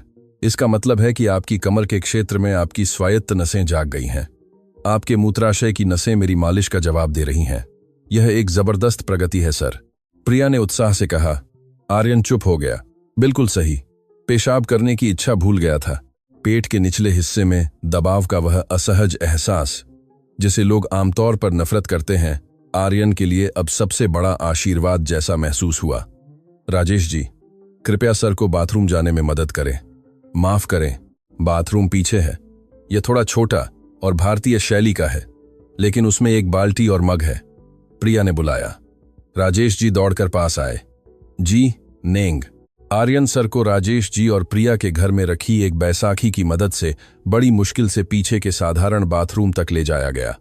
प्रिया बरामदे में राहत भरी सांस के साथ इंतजार कर रही थी। उसने अपने तेल लगे हाथों को एक कपड़े से पोंछा। उस रात साधारण सीमेंट के फर्श वाले साधारण बाथरूम में आर्यन फूट फूट कर रोया। दोहक से नहीं, बल्कि कृतज्ञता से। उसे ठंडे पानी का एहसास हुआ जो उसके पैरों को छू रहा था जब वह खुद को धो रहा था। उसे खुरदुरे फर्श का एहसास हुआ। उसे महसूस हुआ कि उसके शरीर में जीवन लौट आया है। भगवान महान है। आधे घंटे बाद आर्यन अपनी व्हील चेयर पर वापस बैठा था। थके होने के बावजूद वह तरोताजा दिख रहा था। प्रिया ने उसे एक गिलास गर्म अदरक की चाय और गुड़ का काढ़ा दिया। पहले पी लें सर। पसीने से निकली तरल पदार्थ की भरपाई के लिए प्रिया ने पेश किया। आर्यन ने फूलों के पैटर्न वाले टीन के गिलास को दोनों हाथों से लिया। उसने उसे पिया। मीठा, मसालेदार, गर्म। इसका स्वाद उन महंगी शराबों से कहीं ज्यादा स्वादिष्ट था जो वह आमतौर पर व्यावसायिक पार्टियों में पीता था। धन्यवाद प्रिया, आर्यन ने ईमानदारी से कहा। उसने लड़की को ध्यान से देखा। तुमने सिर्फ मेरे पैरों की मालिश नहीं की, तुमने मुझे अभी दूसरा जीवन दिया है। प्रिया ने सिर झुका लिया, अपनी शर्मिंदगी भरी मुस्कान छिपाते हुए। यह मैं नहीं थी सर, मैं केवल एक माध्यम थी। भगवान ही ठीक करते हैं और साथ ही आपकी ठीक होने की मजबूत इच्छा भी। अगर आप बीच रास्ते में हार मान जाते तो मैं कुछ नहीं कर पाती। आज रात मैं तुम्हारा कितना ऋणी हूं? आर्यन ने पूछा। उसका दाहिना हाथ उसके कोट की जेब में गया जो दीवार पर टंगा था। उसने अपना मोटा चमड़े का बटुआ निकाला। प्रिया ने जल्दी से सिर हिलाया। वह पीछे हट गई। नहीं सर, मैंने आपको पार्किंग में ही बता दिया था। अगर मैं सफल हुई तो मैं पैसे नहीं मांगूंगी। मैं बस इतना चाहती हूं कि आप फिर कभी छोटे लोगों को कम ना आंकें। वादा एक फण है। आर्यन चकित रह गया।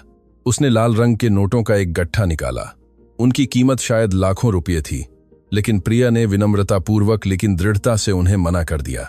अपने पैसे अपने पास रखें सर। ईमानदारी खरीदने के लिए यहां पैसा नहीं चलता। अगर आप पैसे देने पर जोर देते हैं तो यह मेरे पिता के विरासत वाले पेशे का अपमान होगा। मेरे पिता हमेशा कहते थे कि ज्ञान एक अमानत है, कोई व्यापारिक वस्तु नहीं। आर्यन को फिर से एक थप्पड़ महसूस हुआ। इस रात उसे इस 12वीं पास लड़की की बुद्धिमत्ता से कई बार थप्पड़ पड़े थे। उसने धीरे धीरे अपना बटुआ वापस रख लिया। उसे एहसास हुआ कि इस दुनिया में कुछ चीजें ऐसी हैं जिन्हें पैसे से नहीं खरीदा जा सकता है, और वास्तव में वे चीजें ही सबसे कीमती होती हैं। ठीक है, अगर तुम्हें पैसे नहीं चाहिए तो मुझे इसे दूसरे तरीके से चुकाने दो। कल से मैं हर शाम यहां फिर आऊंगा। मैं चाहता हूं कि तुम मेरी निजी थेरेपिस्ट बनो जब तक मैं सच में दौड़ न सकूं। क्या तुम सक्षम हो? प्रिया मुस्कुराई। बेशक सर, इस झोपड़ी का दरवाजा हमेशा खुला रहेगा, लेकिन याद रखना, आपको एक मरीज के रूप में आना होगा, मालिक के रूप में नहीं। उस खाट पर आपकी सीईओ की उपाधि फाटक पर ही उतार देनी होगी। आर्यन थोड़ा हंसा, एक कुरकुरी और बेफिक्र हंसी, एक हंसी जो उसके होठों से बहुत समय से गायब थी। तैयार हूं डॉक्टर मैडम, मैं एक आज्ञाकारी मरीज बनूंगा। रात की हवा और ठंडी होती जा रही थी, लेकिन आर्यन का दिल गर्म महसूस हुआ। उसने अपनी घड़ी देखी। रात के 9 बज चुके थे। राजेश, चलो घर चलते हैं।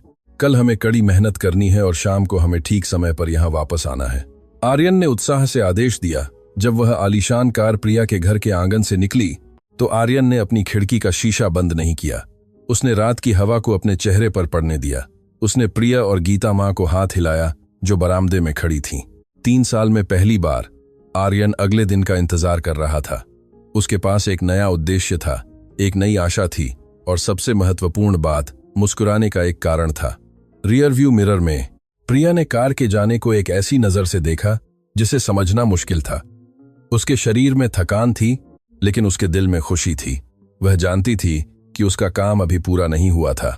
यह तो बस शुरुआत थी। आर्यन के पैरों को ठीक करने में महीनों लग सकते हैं, लेकिन आर्यन के कठोर दिल को ठीक करने में शायद जीवन भर लग सकता है।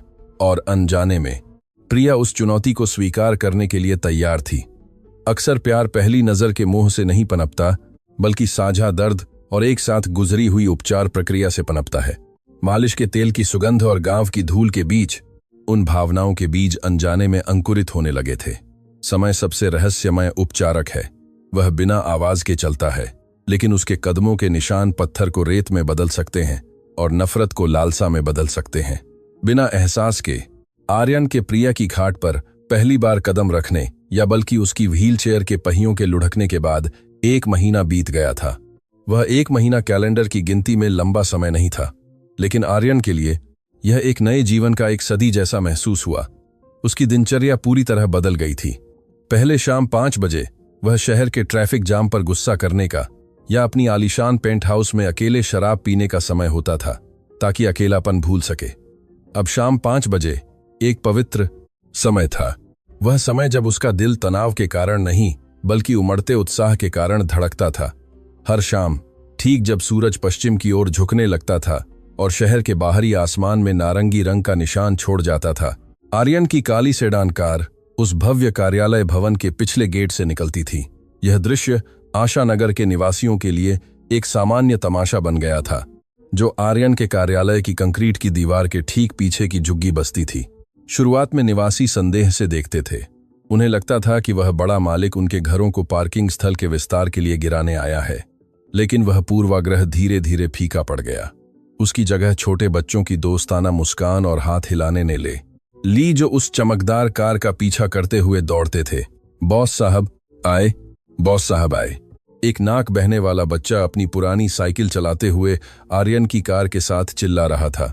आर्यन ने अपनी खिड़की का शीशा नीचे किया। वह मुस्कुराया। हाँ, आर्यन, जो बैठक कक्ष में ठंडा और खूनी माना जाता था, अब एक ऐसे गांव के बच्चे को देखकर भी खुलकर मुस्कुरा सकता था जिसके दांत टूट चुके थे। राजेश, धीरे धीरे चलो, कहीं सड़क की धूल बुआ रीना के सूखते कपड़ों को परेशान न कर दे। आर्यन ने अपने ड्राइवर को डांटा। वह तो प्रिया के पड़ोसियों के नाम भी याद कर चुका था। बुआ रीना एक तला हुआ पकवान बेचने वाली विधवा थी, जिसका घर गली के प्रवेश द्वार पर सबसे आगे था। जी सर, आर्यन सर, यह सबसे धीमा है, 10 किमी घंटा। राजेश जी ने छकल करते हुए जवाब दिया। उन्होंने भी अपने मालिक में जबरदस्त बदलाव महसूस किया था। अब का आर्यन कहीं अधिक मानवीय, अधिक धैर्यवान और अधिक जीवंत था। कार तुलसी के पौधों की बाड़ के सामने रुक गई, जो अब और भी अधिक व्यवस्थित दिख रही थी।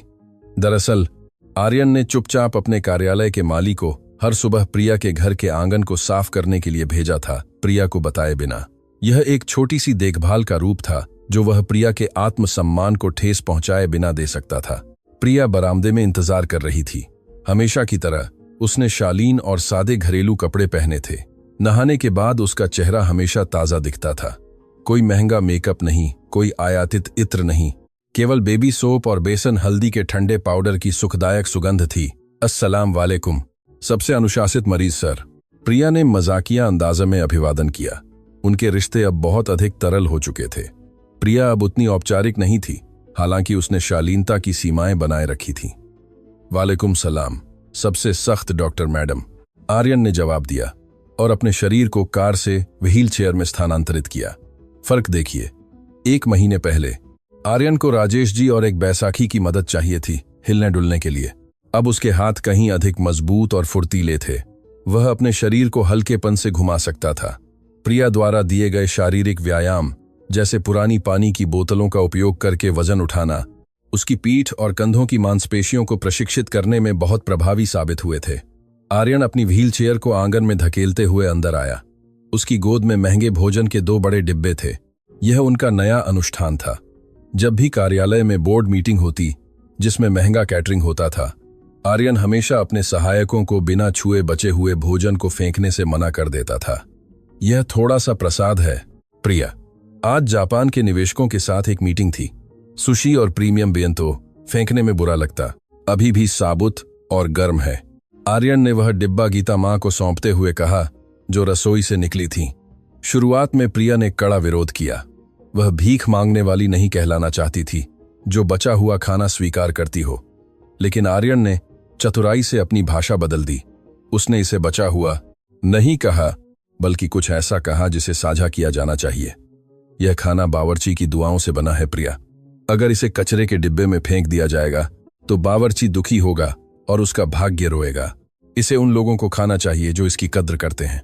आर्यन ने उस समय यही तर्क दिया था, और प्रिया, जो नरम दिल वाली थी, उस तर्क का खंडन नहीं कर सकी। अल्हम्दुलिल्लाह, धन्यवाद बेटा आर्यन। संयोगवश हमारे पड़ोस में राजेश जी के बगल वाले घर में बुआ रीना के दांत में दर्द है और वह सख्त चावल नहीं खा सकती हैं। यह जापानी दलिया उन्हें जरूर पसंद आएगा, गीता मां मुस्कुराते हुए बोली।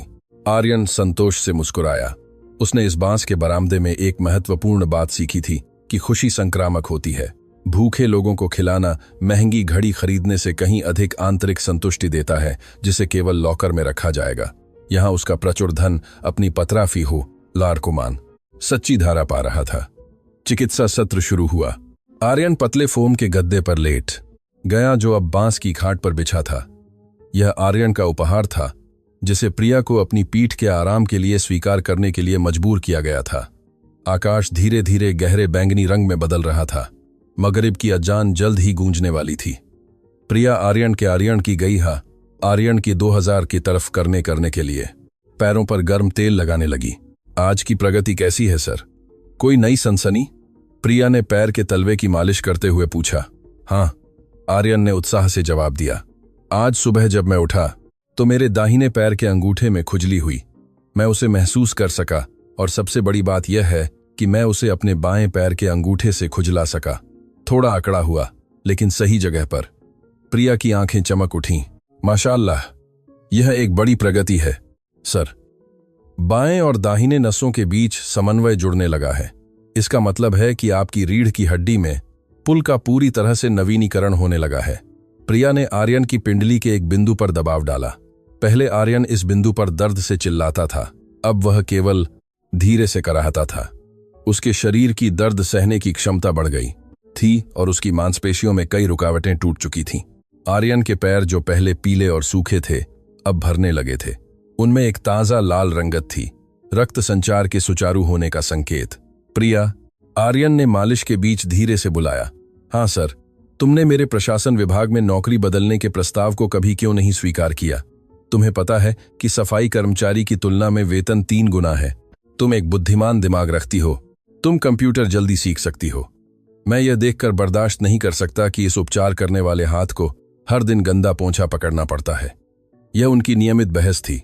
आर्यन को अपने जीवन रक्षक को अपने ही कार्यालय के शौचालय साफ करने का कठोर काम करते देखकर दोषी महसूस होता था। यह उसे अनुचित लगता था। प्रिया मुस्कुराई।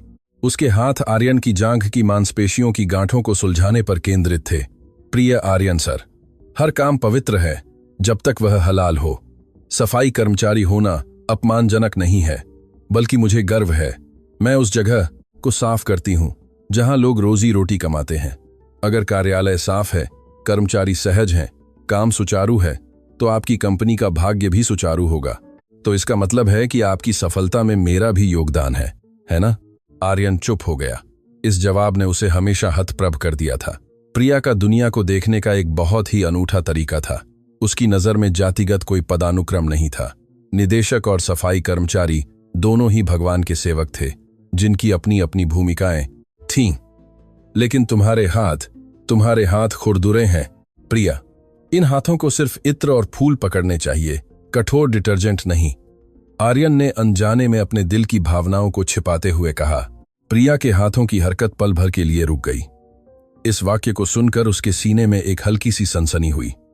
एक ऐसा वाक्य जो एक प्रेम कविता जैसा लग रहा था, एक ऐसे व्यक्ति से जो प्यार में पड़ रहा था, न कि एक मालिक से अपने अधीनस्थ के प्रति। यह खुरदुरा हाथ संघर्ष का प्रतीक है सर। अगर मेरे हाथ राजकुमारी की तरह मुलायम होते तो शायद मुझमें आपके उन अत्यंत कठोर तंत्रिका बिंदुओं को दबाने की ताकत नहीं होती। प्रिया ने कूटनीतिक रूप से जवाब दिया और अचानक रोमांटिक हुए माहौल को बदलने की कोशिश की। आर्यन ने लड़की के चेहरे को एक तरफ से देखा। बरामदे की रोशनी प्रिया के सादे लेकिन आकर्षक चेहरे की रूपरेखा को रोशन कर रही थी। उसकी नाक जो बहुत सीधी नहीं थी लेकिन प्यारी थी, और उसकी आंखें जो जंगल में एक झील की तरह शांत थीं। आर्यन को कुछ ऐसा एहसास हुआ जो डरावना होने के साथ साथ सुंदर भी था। वह प्यार में पड़ गया था। आर्यन रायचंद एम्पायर के सीईओ, जिसके पीछे शहर के मॉडल और सोशलाइट्स पड़े थे, को अपने कार्यालय की दीवार के पीछे रहने वाली एक सफाई कर्मचारी लड़की से प्यार हो गया था। केवल शारीरिक रूप के कारण नहीं, बल्कि जीवन के कारण। प्रिया वह जीवन थी जिसने आर्यन नामक मिट्टी की मूर्ति में आत्मा फूंक दी थी। प्रिया के बिना आर्यन केवल पैसे बनाने वाला एक मांस का ढेर था। प्रिया के साथ आर्यन को एक पूर्ण इंसान जैसा महसूस हुआ। सर, कृपया अपना पैर थोड़ा उठाएं, मैं घुटने के नीचे के हिस्से की मालिश करना चाहती हूं। प्रिया ने आर्यन के विचारों को भंग करते हुए कहा। आर्यन ने आज्ञा मानी। उसने अपना पैर उठाया। देखिए सर, आप बिना हाथों की मदद के अपना पैर उठा रहे हैं। आज कितनी ऊंचाई तक उठाया है? प्रिया चौंक कर चिल्लाई। आर्यन भी चौंक गया। वह अभी सपने देख रहा था, इसलिए वह बिना सोचे समझे अनैच्छिक रूप से हिल गया था। उसका अवचेतन मन उसकी मोटर नियंत्रण पर कब्जा कर चुका था। मैं इसे इतनी ऊंचाई तक उठा सकता हूं, आर्यन ने अविश्वसनीय रूप से बुदबुदाया। उसने इसे 5 सेकंड तक हवा में रोकने की कोशिश की। 1, 2, 3, 4, 5। उसके पैर कांपने लगे और फिर से गद्दे पर गिर गए। अविश्वसनीय। प्रिया ने छोटी सी ताली बजाते हुए प्रशंसा की। आपकी जांघ की सामने की मांसपेशियां, क्वाड्रिसेप्स, पूरी तरह से जाग चुकी हैं। यह संकेत है कि जल्द ही आप खड़े होने का अभ्यास कर पाएंगे। खड़े होना, आर्यन ने दोहराया। यह शब्द दिन के उजाले में एक सपने जैसा लग रहा था। हाँ, खड़े होना, लेकिन जल्दबाजी मत करो। नींव पहले मजबूत होनी चाहिए। यह आपकी गगनचुंबी इमारत बनाने जैसा है सर। अगर नींव कमजोर होगी तो हवा से ढह जाएगी। हम पहले घुटने और कूल्हे के जोड़ों को मजबूत करेंगे, प्रिया ने बुद्धिमानी से सलाह दी। उस रात चिकित्सा सत्र समाप्त होने के बाद आर्यन तुरंत घर नहीं लौटा। उसने गीता मां द्वारा बनाई गई अदरक की चाय का आनंद लेने के लिए थोड़ी देर बरामदे में बैठने की अनुमति मांगी। आसमान पूरी तरह से काला हो चुका था, तारे चमक रहे थे। प्रिया, वह सबसे चमकीला तारा देखो। आर्यन ने उत्तरी आकाश की ओर इशारा किया। प्रिया भी ऊपर देखने लगी।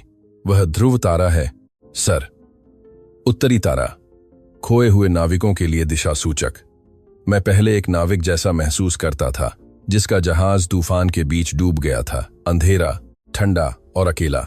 मुझे लगा मैं अपने ही दुहक में डूबकर मर जाऊंगा, लेकिन फिर मैंने अपने कार्यालय की दीवार के पीछे से एक छोटी सी रोशनी देखी। इस घर के बरामदे से रोशनी, तुम मेरी ध्रुव तारा हो। प्रिया, अचानक सन्नाटा छा गया।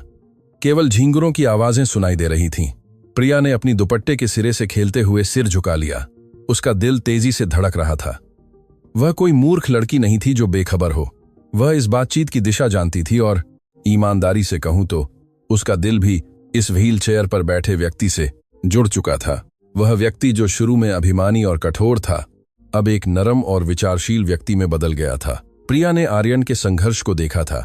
उसने देखा था कि आर्यन ठीक होने के लिए दर्द कैसे सहन करता था। उसने देखा था कि आर्यन कैसे अपने पड़ोसियों का ईमानदारी से अभिवादन करने लगा था। आर्यन सर, प्रिया ने धीमी आवाज में कहा, मैं केवल अपने पिता के ज्ञान की अमानत पूरी कर रही हूं। मेरी इतनी तारीफ मत करो। इंसान का दिल आसानी से बदल जाता है। मुझे डर है कि मैं अहंकारी हो जाऊंगी। मैं तुम्हारी तारीफ नहीं कर रहा हूं प्रिया, मैं तथ्य बता रहा हूं। तथ्य यह है कि तुमने मेरी जान बचाई है और तथ्य यह है कि मुझे तुम्हारे पास शांति मिलती है। आर्यन ने प्रिया का हाथ पकड़ने की हिम्मत की, जो बांस की मेज पर पड़ा था। वह हाथ खुरदुरा, कठोर और मालिश के तेल की महक वाला था, लेकिन आर्यन के लिए वह सबसे सुंदर हाथ था जिसे उसने कभी छुआ था। प्रिया ने अपना हाथ नहीं खींचा। उसने आर्यन के बड़े हाथ को अपनी छोटी उंगलियों को पकड़ने दिया। एक गर्माहट बह रही थी, अदरक के तेल से नहीं, बल्कि दिल से दिल तक। सर, हमारी दुनिया अलग है, प्रिया ने फुसफुसाते हुए कहा। उसकी आंखों में आंसू आने लगे। आप वहां ऊंची इमारत में हैं, मैं इस बांस की झोपड़ी में हूं। वह दीवार, वह कंक्रीट की विभाजनकारी दीवार बहुत मोटी है। आर्यन ने अपनी पकड़ और मजबूत कर ली। उसकी आंखें उस ऊंची कंक्रीट की दीवार पर टिकी थीं, जो कार्यालय और बस्ती के क्षेत्र को अलग करती थी। वह दीवार इंसानों ने बनाई है प्रिया, और जो इंसानों ने बनाया है उसे इंसान ही तोड़ सकते हैं। क्या तुम्हें पता है मेरा पेशा क्या है? मैं रियल एस्टेट डेवलपर हूं। मैं इमारतें बनाने में माहिर हूं, लेकिन मैं दीवारें तोड़ने में भी माहिर हूं। मुझे समय दो, मैं उस दीवार को तोड़ दूंगा, चाहे वह कंक्रीट की दीवार हो या जातिगत दीवार जिससे तुम डरती हो। यह एक वादा था, एक ऐसे आदमी का वादा जिसकी इज्जत अभी अभी वापस आई थी। लेकिन उस खूबसूरत पल के बीच आर्यन एक बात भूल गया कि वास्तविक दुनिया में हर कोई विभाजनकारी दीवारों को तोड़ना पसंद नहीं करता है। बाहर कुछ ऐसे लोग थे जो वास्तव में उस जातिगत दीवार की मजबूती से जीते थे। शहर के केंद्र में कहीं दूर एक आलीशान अपार्टमेंट में एक खूबसूरत महिला ने अपने शराब का गिलास संगमरमर के फर्श पर फेंक दिया। उसका नाम ऋतु था, आर्यन की आधिकारिक मंगेतर, एक शीर्ष मॉडल और आर्यन के पिता के व्यापारिक सहयोगी की बेटी। ऋतु को आर्यन के कार्यालय में अपने जासूसों से अभी अभी एक रिपोर्ट मिली थी। रिपोर्ट में कहा गया था कि आर्यन की कार हर शाम कार्यालय के पीछे की गंदी बस्ती में गायब हो जाती थी। रिपोर्ट में कहा गया था कि आर्यन एक सफाई कर्मचारी लड़की के साथ हंसते हुए देखा गया था। और सबसे बुरी बात, रिपोर्ट में कहा गया था कि आर्यन ने चुपचाप बस्ती में एक मस्जिद और सड़कों के नवीनीकरण के लिए अपने निजी धन को मोड़ना शुरू कर दिया था। घटिया गांव की लड़की, उसकी हिम्मत कैसे हुई मेरे आदमी को छूने की? ऋतु ने जलती हुई आंखों से फुसफुसाया। उसे लगता है कि वह आर्यन को केवल मालिश और भोले भाले चेहरे से जीत सकती है। उसे नहीं पता कि वह किससे लड़ रही है। ऋतु ने अपना फोन उठाया किसी का नंबर डायल किया।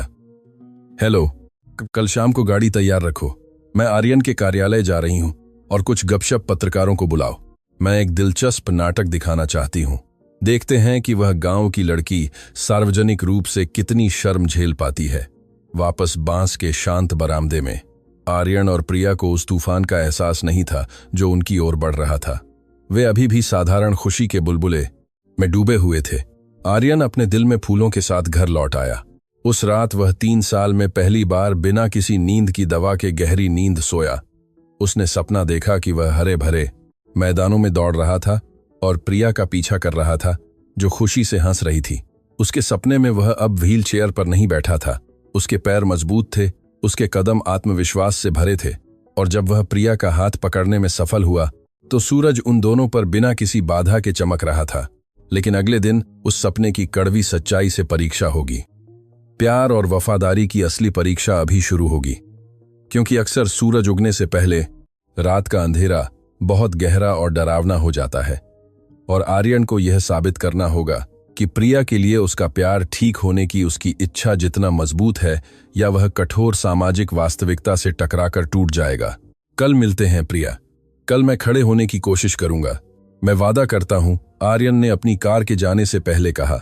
सावधान रहें सर, खुद को ज्यादा मत दबाओ, भगवान धैर्यवान लोगों के साथ हैं, प्रिया ने जवाब दिया। यह वाक्य प्रिया के लिए अगले दिन के तूफान का सामना करने के लिए एक सहारा बनेगा। धैर्य, क्योंकि धैर्य ही गरीब लोगों का एकमात्र हथियार है जब वे अमीर लोगों के अहंकार से लड़ते हैं। उस शाम सूरज अपना चेहरा दिखाने को तैयार नहीं था। शहर के बाहरी औद्योगिक क्षेत्र के ऊपर का आसमान भारी ग्रे बादलों से ढका था, जो किसी भी समय बरसने को तैयार थे। हवा उमस भरी और नम थी, जिससे किसी भी ऐसे व्यक्ति के लिए दम घुटने वाला माहौल बन रहा था जो किसी बोझ से दबा हुआ था। रायचंद एम्पायर के मुख्य लॉबी में डिजिटल दीवार घड़ी में शाम 5:10 हो रहे थे। यह कार्यालय के जीवन चक्र में सबसे व्यस्त समय था। सैकड़ों कर्मचारी स्वचालित कांच के दरवाजों से बाहर निकल रहे थे, फिंगरप्रिंट उपस्थिति मशीन की ओर धक्का मुक्की कर रहे थे और फिर अपने छत्ते से बाहर निकलती चींटियों की तरह फैल रहे थे। कुछ लोग अपनी बस पकड़ने के लिए दौड़ रहे थे, कुछ लोग पार्किंग में अपनी मोटरसाइकिलों के इंजन चालू कर रहे थे, और कुछ लोग पीछे के गेट की ओर पैदल चल रहे थे जो सीधे गांव से जुड़ा था। प्रिया आखिरी समूह में थी। उसने अभी अभी अपनी नीली वर्दी की पूरी तरीके से बदलकर आरामदायक कपड़े पहन लिए थे। एक फीकी धारीदार लंबी बाजू की फलालैन शर्ट और एक लंबी काली स्कर्ट उसकी पसंदीदा पोशाक थी। उसके हाथ में एक कपड़े का थैला था जिसमें खाली लंच बॉक्स था। उसका चेहरा थका हुआ दिख रहा था, लेकिन उसके होठों पर एक हल्की सी मुस्कान थी। उसका मन दोपहर की घटना पर घूम रहा था। जब वह आर्यन के कमरे की सफाई कर रही थी तो उसके युवा मालिक ने उससे फुसफुसाकर कहा था, जब कोई और नहीं था, आज शाम को मैं बिना सहारे के खड़े होने की कोशिश करूंगा। प्रिया, मेरे लिए प्रार्थना करना।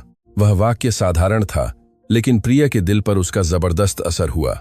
उसे सम्मान महसूस हुआ, उसे एक बड़े संघर्ष में शामिल महसूस हुआ। वह जल्दी से घर लौटना, नहाना, मगरिब की नमाज पढ़ना और अपने घर के बरामदे में काली सेडान कार के आने का इंतजार करना चाहती थी। वह उस ऐतिहासिक पल की साक्षी बनना चाहती थी जब वह पैर, जो कभी लकवाग्रस्त था, फिर से धरती पर कदम रखेगा। प्रिया सिर झुकाकर चल रही थी। आते जाते टाई पहने लोगों की निगाहों से बचती हुई वह अपनी स्थिति जानती थी। वह इस इमारत के संगमरमर के फर्श पर केवल धूल थी, लेकिन जब वह लगभग साइड एग्जिट गेट तक पहुंचने वाली थी जो वीआईपी पार्किंग क्षेत्र की ओर जाता था, तो उसके कदम रुक गए। एक चमकदार लाल स्पोर्ट्स कार, एक नवीनतम फेरारी जिसकी छत खुली थी, कर्मचारियों के निकास द्वार के ठीक सामने खड़ी थी। वह कार दहाड़ रही थी, अपने अरबों रुपए के इंजन के घमंड का प्रदर्शन कर रही थी। कार के अंदर से एक चकाचौंध करने वाली महिला उतरी। उसके बाल सुनहरे भूरे रंग के थे जो महंगे सैलून से करवाए गए थे। एक तंग लाल गाउन उसके पतले शरीर से लिपटा हुआ था और उसकी नुकीली ऊंची एड़ी वाले जूते डामर के फर्श पर धमकी भरे अंदाज में टिक टिक कर रहे थे। वह ऋतु थी, आर्यन की मंगेतर, प्रतिद्वंद्वी व्यापारिक साम्राज्य की राजकुमारी, जिसे कंपनी के विस्तार के लिए आर्यन से शादी के लिए तय किया गया था। प्रिया ने लार निगल ली। उसे बुरा शगुन महसूस हुआ। उसका दिल तेजी से धड़क रहा था, प्रशंसा के कारण नहीं बल्कि डर के कारण। उसने मुड़कर गोदाम के दरवाजे से दूसरे रास्ते से जाने की कोशिश की। वह उस महिला से निपटना नहीं चाहती थी, जिसका आभा एक चाकू जितना तेज था। हे तुम, वह धारीदार कपड़े पहने गांव की लड़की, वहीं रुको। ऋतु की ऊंची तीखी आवाज ने उस शाम की भीड़ को चीर दिया। तुरंत कतार में खड़े सैकड़ों कर्मचारियों की निगाहें मुड़ी। लॉबी का शोरगुल अचानक शांत हो गया। हर कोई ऋतु को जानता था, और अगर ऋतु चिल्ला रही थी तो इसका मतलब था कि कोई आपदा आने वाली थी। प्रिया जम गई, उसके पैर फर्श पर जकड़ गए थे। वह धीरे से मुड़ी, उम्मीद कर रही थी कि वह पुकार उसके लिए नहीं थी, लेकिन ऋतु की हीरे की बड़ी अंगूठी से सजी पतली उंगली ठीक उसके चेहरे की ओर इशारा कर रही थी। मैडम? प्रिया ने धीमी आवाज में पूछा। उसकी आवाज कांप रही थी। ऋतु करीब आई। उसके कदम अहंकारी थे, उसकी ठुड्डी ऊंची थी। उसके पीछे 2 मजबूत पुरुष वीडियो कैमरा और स्पॉटलाइट लिए हुए चल रहे थे। ऐसा लग रहा था कि ऋतु ने जानबूझकर मीडिया या कम से कम पैसे देकर लोगों को इस पल को दस्तावेज करने के लिए बुलाया था। हाँ, तुम, यहां तुम्हारे सिवा और कौन है जिसकी शक्ल ऐसी गंदी है? ऋतु ने हाथ बांधकर प्रिया का अपमान किया। वह प्रिया के ठीक 1 मीटर सामने खड़ी थी। उसे सिर से पांव तक घृणा भरी नजरों से देख रही थी, जैसे वह कोई गंदगी देख रही हो। प्रिया ने गहराई से सिर झुका लिया। माफ कीजिए मैडम, मुझे घर जाना है। मेरी मां घर पर इंतजार कर रही हैं। घर? ऋतु ने व्यंग्यपूर्वक हंसा। उसकी हंसी भयानक लग रही थी। तुम्हें लगता है कि तुम मेरे मंगेतर के साथ जो किया है उसके बाद तुम ऐसे ही घर जा सकती हो? तुम्हें लगता है कि मैं बेवकूफ हूं? हाँ? ऋतु ने अपने मगरमच्छ की चमड़े के हैंडबैग में हाथ डाला, तस्वीरों का एक गट्ठा निकाला और उसे प्रिया के चेहरे पर फेंक दिया। थप्पड़ थप्पड़ थप्पड़। तस्वीरें प्रिया के गाल पर थप्पड़ मारती हुई गिरीं और फर्श पर बिखर गईं। प्रिया ने बड़ी बड़ी आंखों से तस्वीरें देखीं। वे आर्यन की कार की तस्वीरें थीं जो उसके घर के सामने खड़ी थीं। आर्यन की तस्वीरें थीं जो उसके घर के बरामदे में दलिया खा रहा था, और प्रिया की तस्वीरें थीं जो मालिश करते समय आर्यन के पैर पकड़े हुए थीं। तस्वीरें ऐसे कोणों से ली गई थीं कि मानो वे कुछ अनुचित कर रहे थे, जबकि यह पूरी तरह से उपचार था। अन्य कर्मचारी फुसफुसाने लगे। वाह, प्रिया तो जादू टोना करती है, इसलिए बॉस अक्सर पीछे की बस्ती में जाते हैं। पागलपन है। धीरे धीरे अफवाह फैलने लगी जैसे सूखी घास में आग लगती है। सबको बताओ यहां, ऋतु ने चिल्लाते हुए कहा। उसकी आवाज जानबूझकर तेज की गई थी ताकि हर कोई सुन सके। तुमने आर्यन को फंसाने के लिए कौन सा काला जादू इस्तेमाल किया है? तुमने अपने गांव के खाने में कौन सा ताबीज डाला है कि आर्यन हर शाम तुम्हारी गंदी झोपड़ी में आता है? जवाब दो। प्रिया बुरी तरह कांप रही थी। उसकी आंखों में आंसू भर आए थे। यह उसका सबसे बुरा सपना था। वह सम्मान जिसे उसने जान देकर बचाया था, वह आत्मसम्मान जो उसके पिता ने उसे सिखाया था, अब सार्वजनिक रूप से कुचला जा रहा था। भगवान की कसम मैडम, प्रिया ने कांपती हुई लेकिन दृढ़ आवाज में कहा। उसने अपना चेहरा उठाया, ऋतु की आंखों में देखने की हिम्मत करते हुए। मैंने कभी काला जादू इस्तेमाल नहीं किया। मैंने कभी आर्यन सर को लुभाया नहीं। मैंने बस अपने पिता की विरासत वाली मालिश से आर्यन सर के पैरों को ठीक करने में मदद की, बस इतना ही। झूठ, ऋतु ने तुरंत टोक दिया। ठीक करना? सपना मत देखो। दुनिया के सबसे अच्छे डॉक्टरों ने भी हार मान ली। तुम जैसी 12वीं पास सफाई कर्मचारी कैसे ठीक कर सकती हो? तुमने जरूर कोई जादू की अंगूठी पहनी होगी, है ना? तुम आर्यन का धन लूटना चाहती हो, है ना? मान लो, घटिया औरत। ऋतु एक कदम आगे बढ़ी, फिर तेजी से उसने प्रिया के कंधे को जोर से धक्का दिया। धड़ाम। प्रिया, जो छोटी थी और गुरुवार के व्रत के कारण कमजोर थी, लड़खड़ाकर पीछे गिरी और कठोर सीमेंट के फर्श पर बैठ गई। उसका कपड़े का थैला उछल गया, उसका सामान बिखर गया। प्रिया की कमर में दर्द हुआ, लेकिन उसके दिल का दर्द कहीं ज्यादा तीखा था। उसके चारों ओर सैकड़ों लोग देख रहे थे। कोई भी मदद करने की हिम्मत नहीं कर रहा था। वे ऋतु की शक्ति से डरते थे। वे दखल देने पर निकाले जाने से डरते थे। प्रिया भीड़ के बीच अकेली महसूस कर रही थी।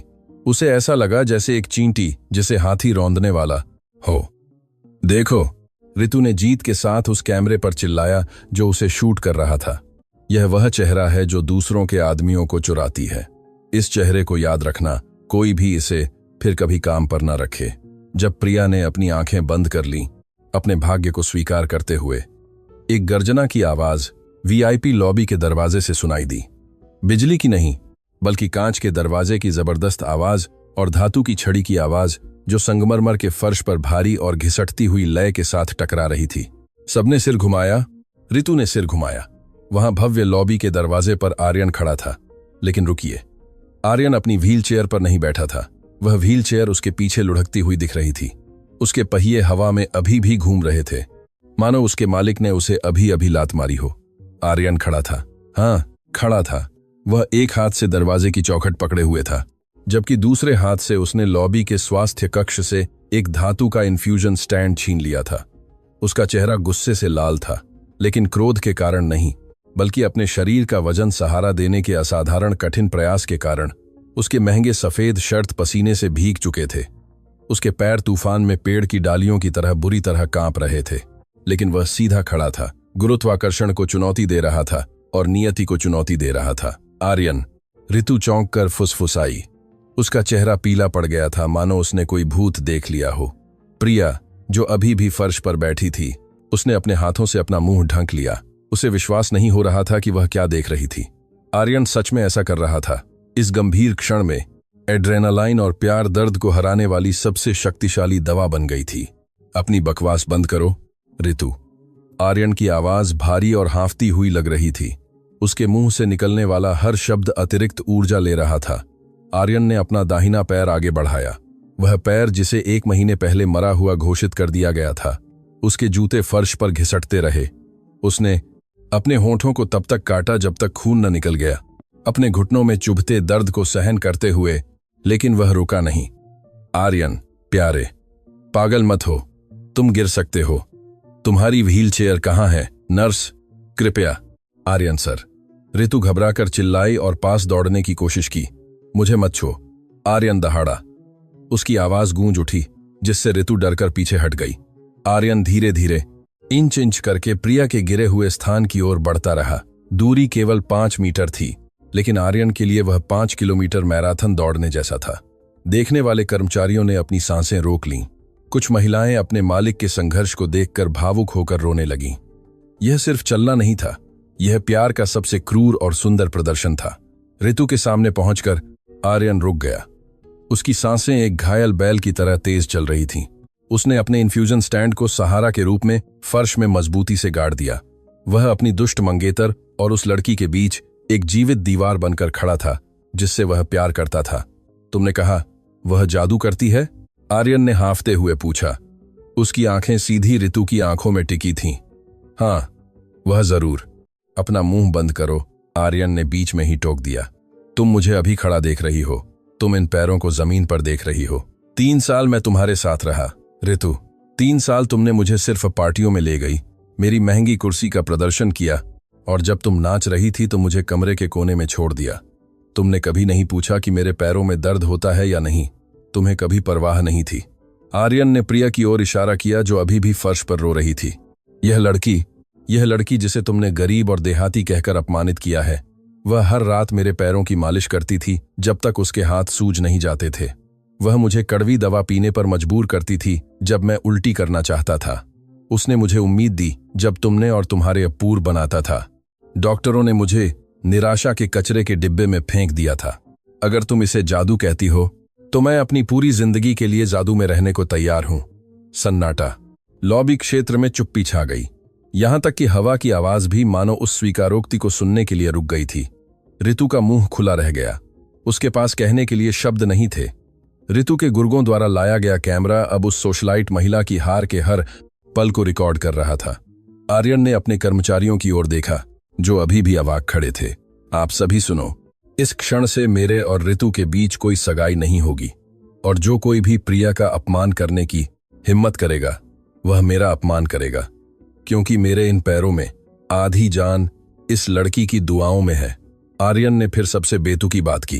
अपनी लगभग खत्म हो चुकी ताकत से उसने इन्फ्यूजन स्टैंड पर अपनी पकड़ छोड़ दी। उसका शरीर लड़खड़ाया, लगभग गिर गया, लेकिन उसने जानबूझकर खुद को गिरा दिया। एक घुटने पर प्रिया के सामने घुटने टेक दिए। उसका घुटना कठोर फर्श से टकराया। दर्द जरूर बहुत ज्यादा हुआ होगा, लेकिन आर्यन को परवाह नहीं थी। अब उसकी स्थिति प्रिया के बराबर थी। आंखें मिली।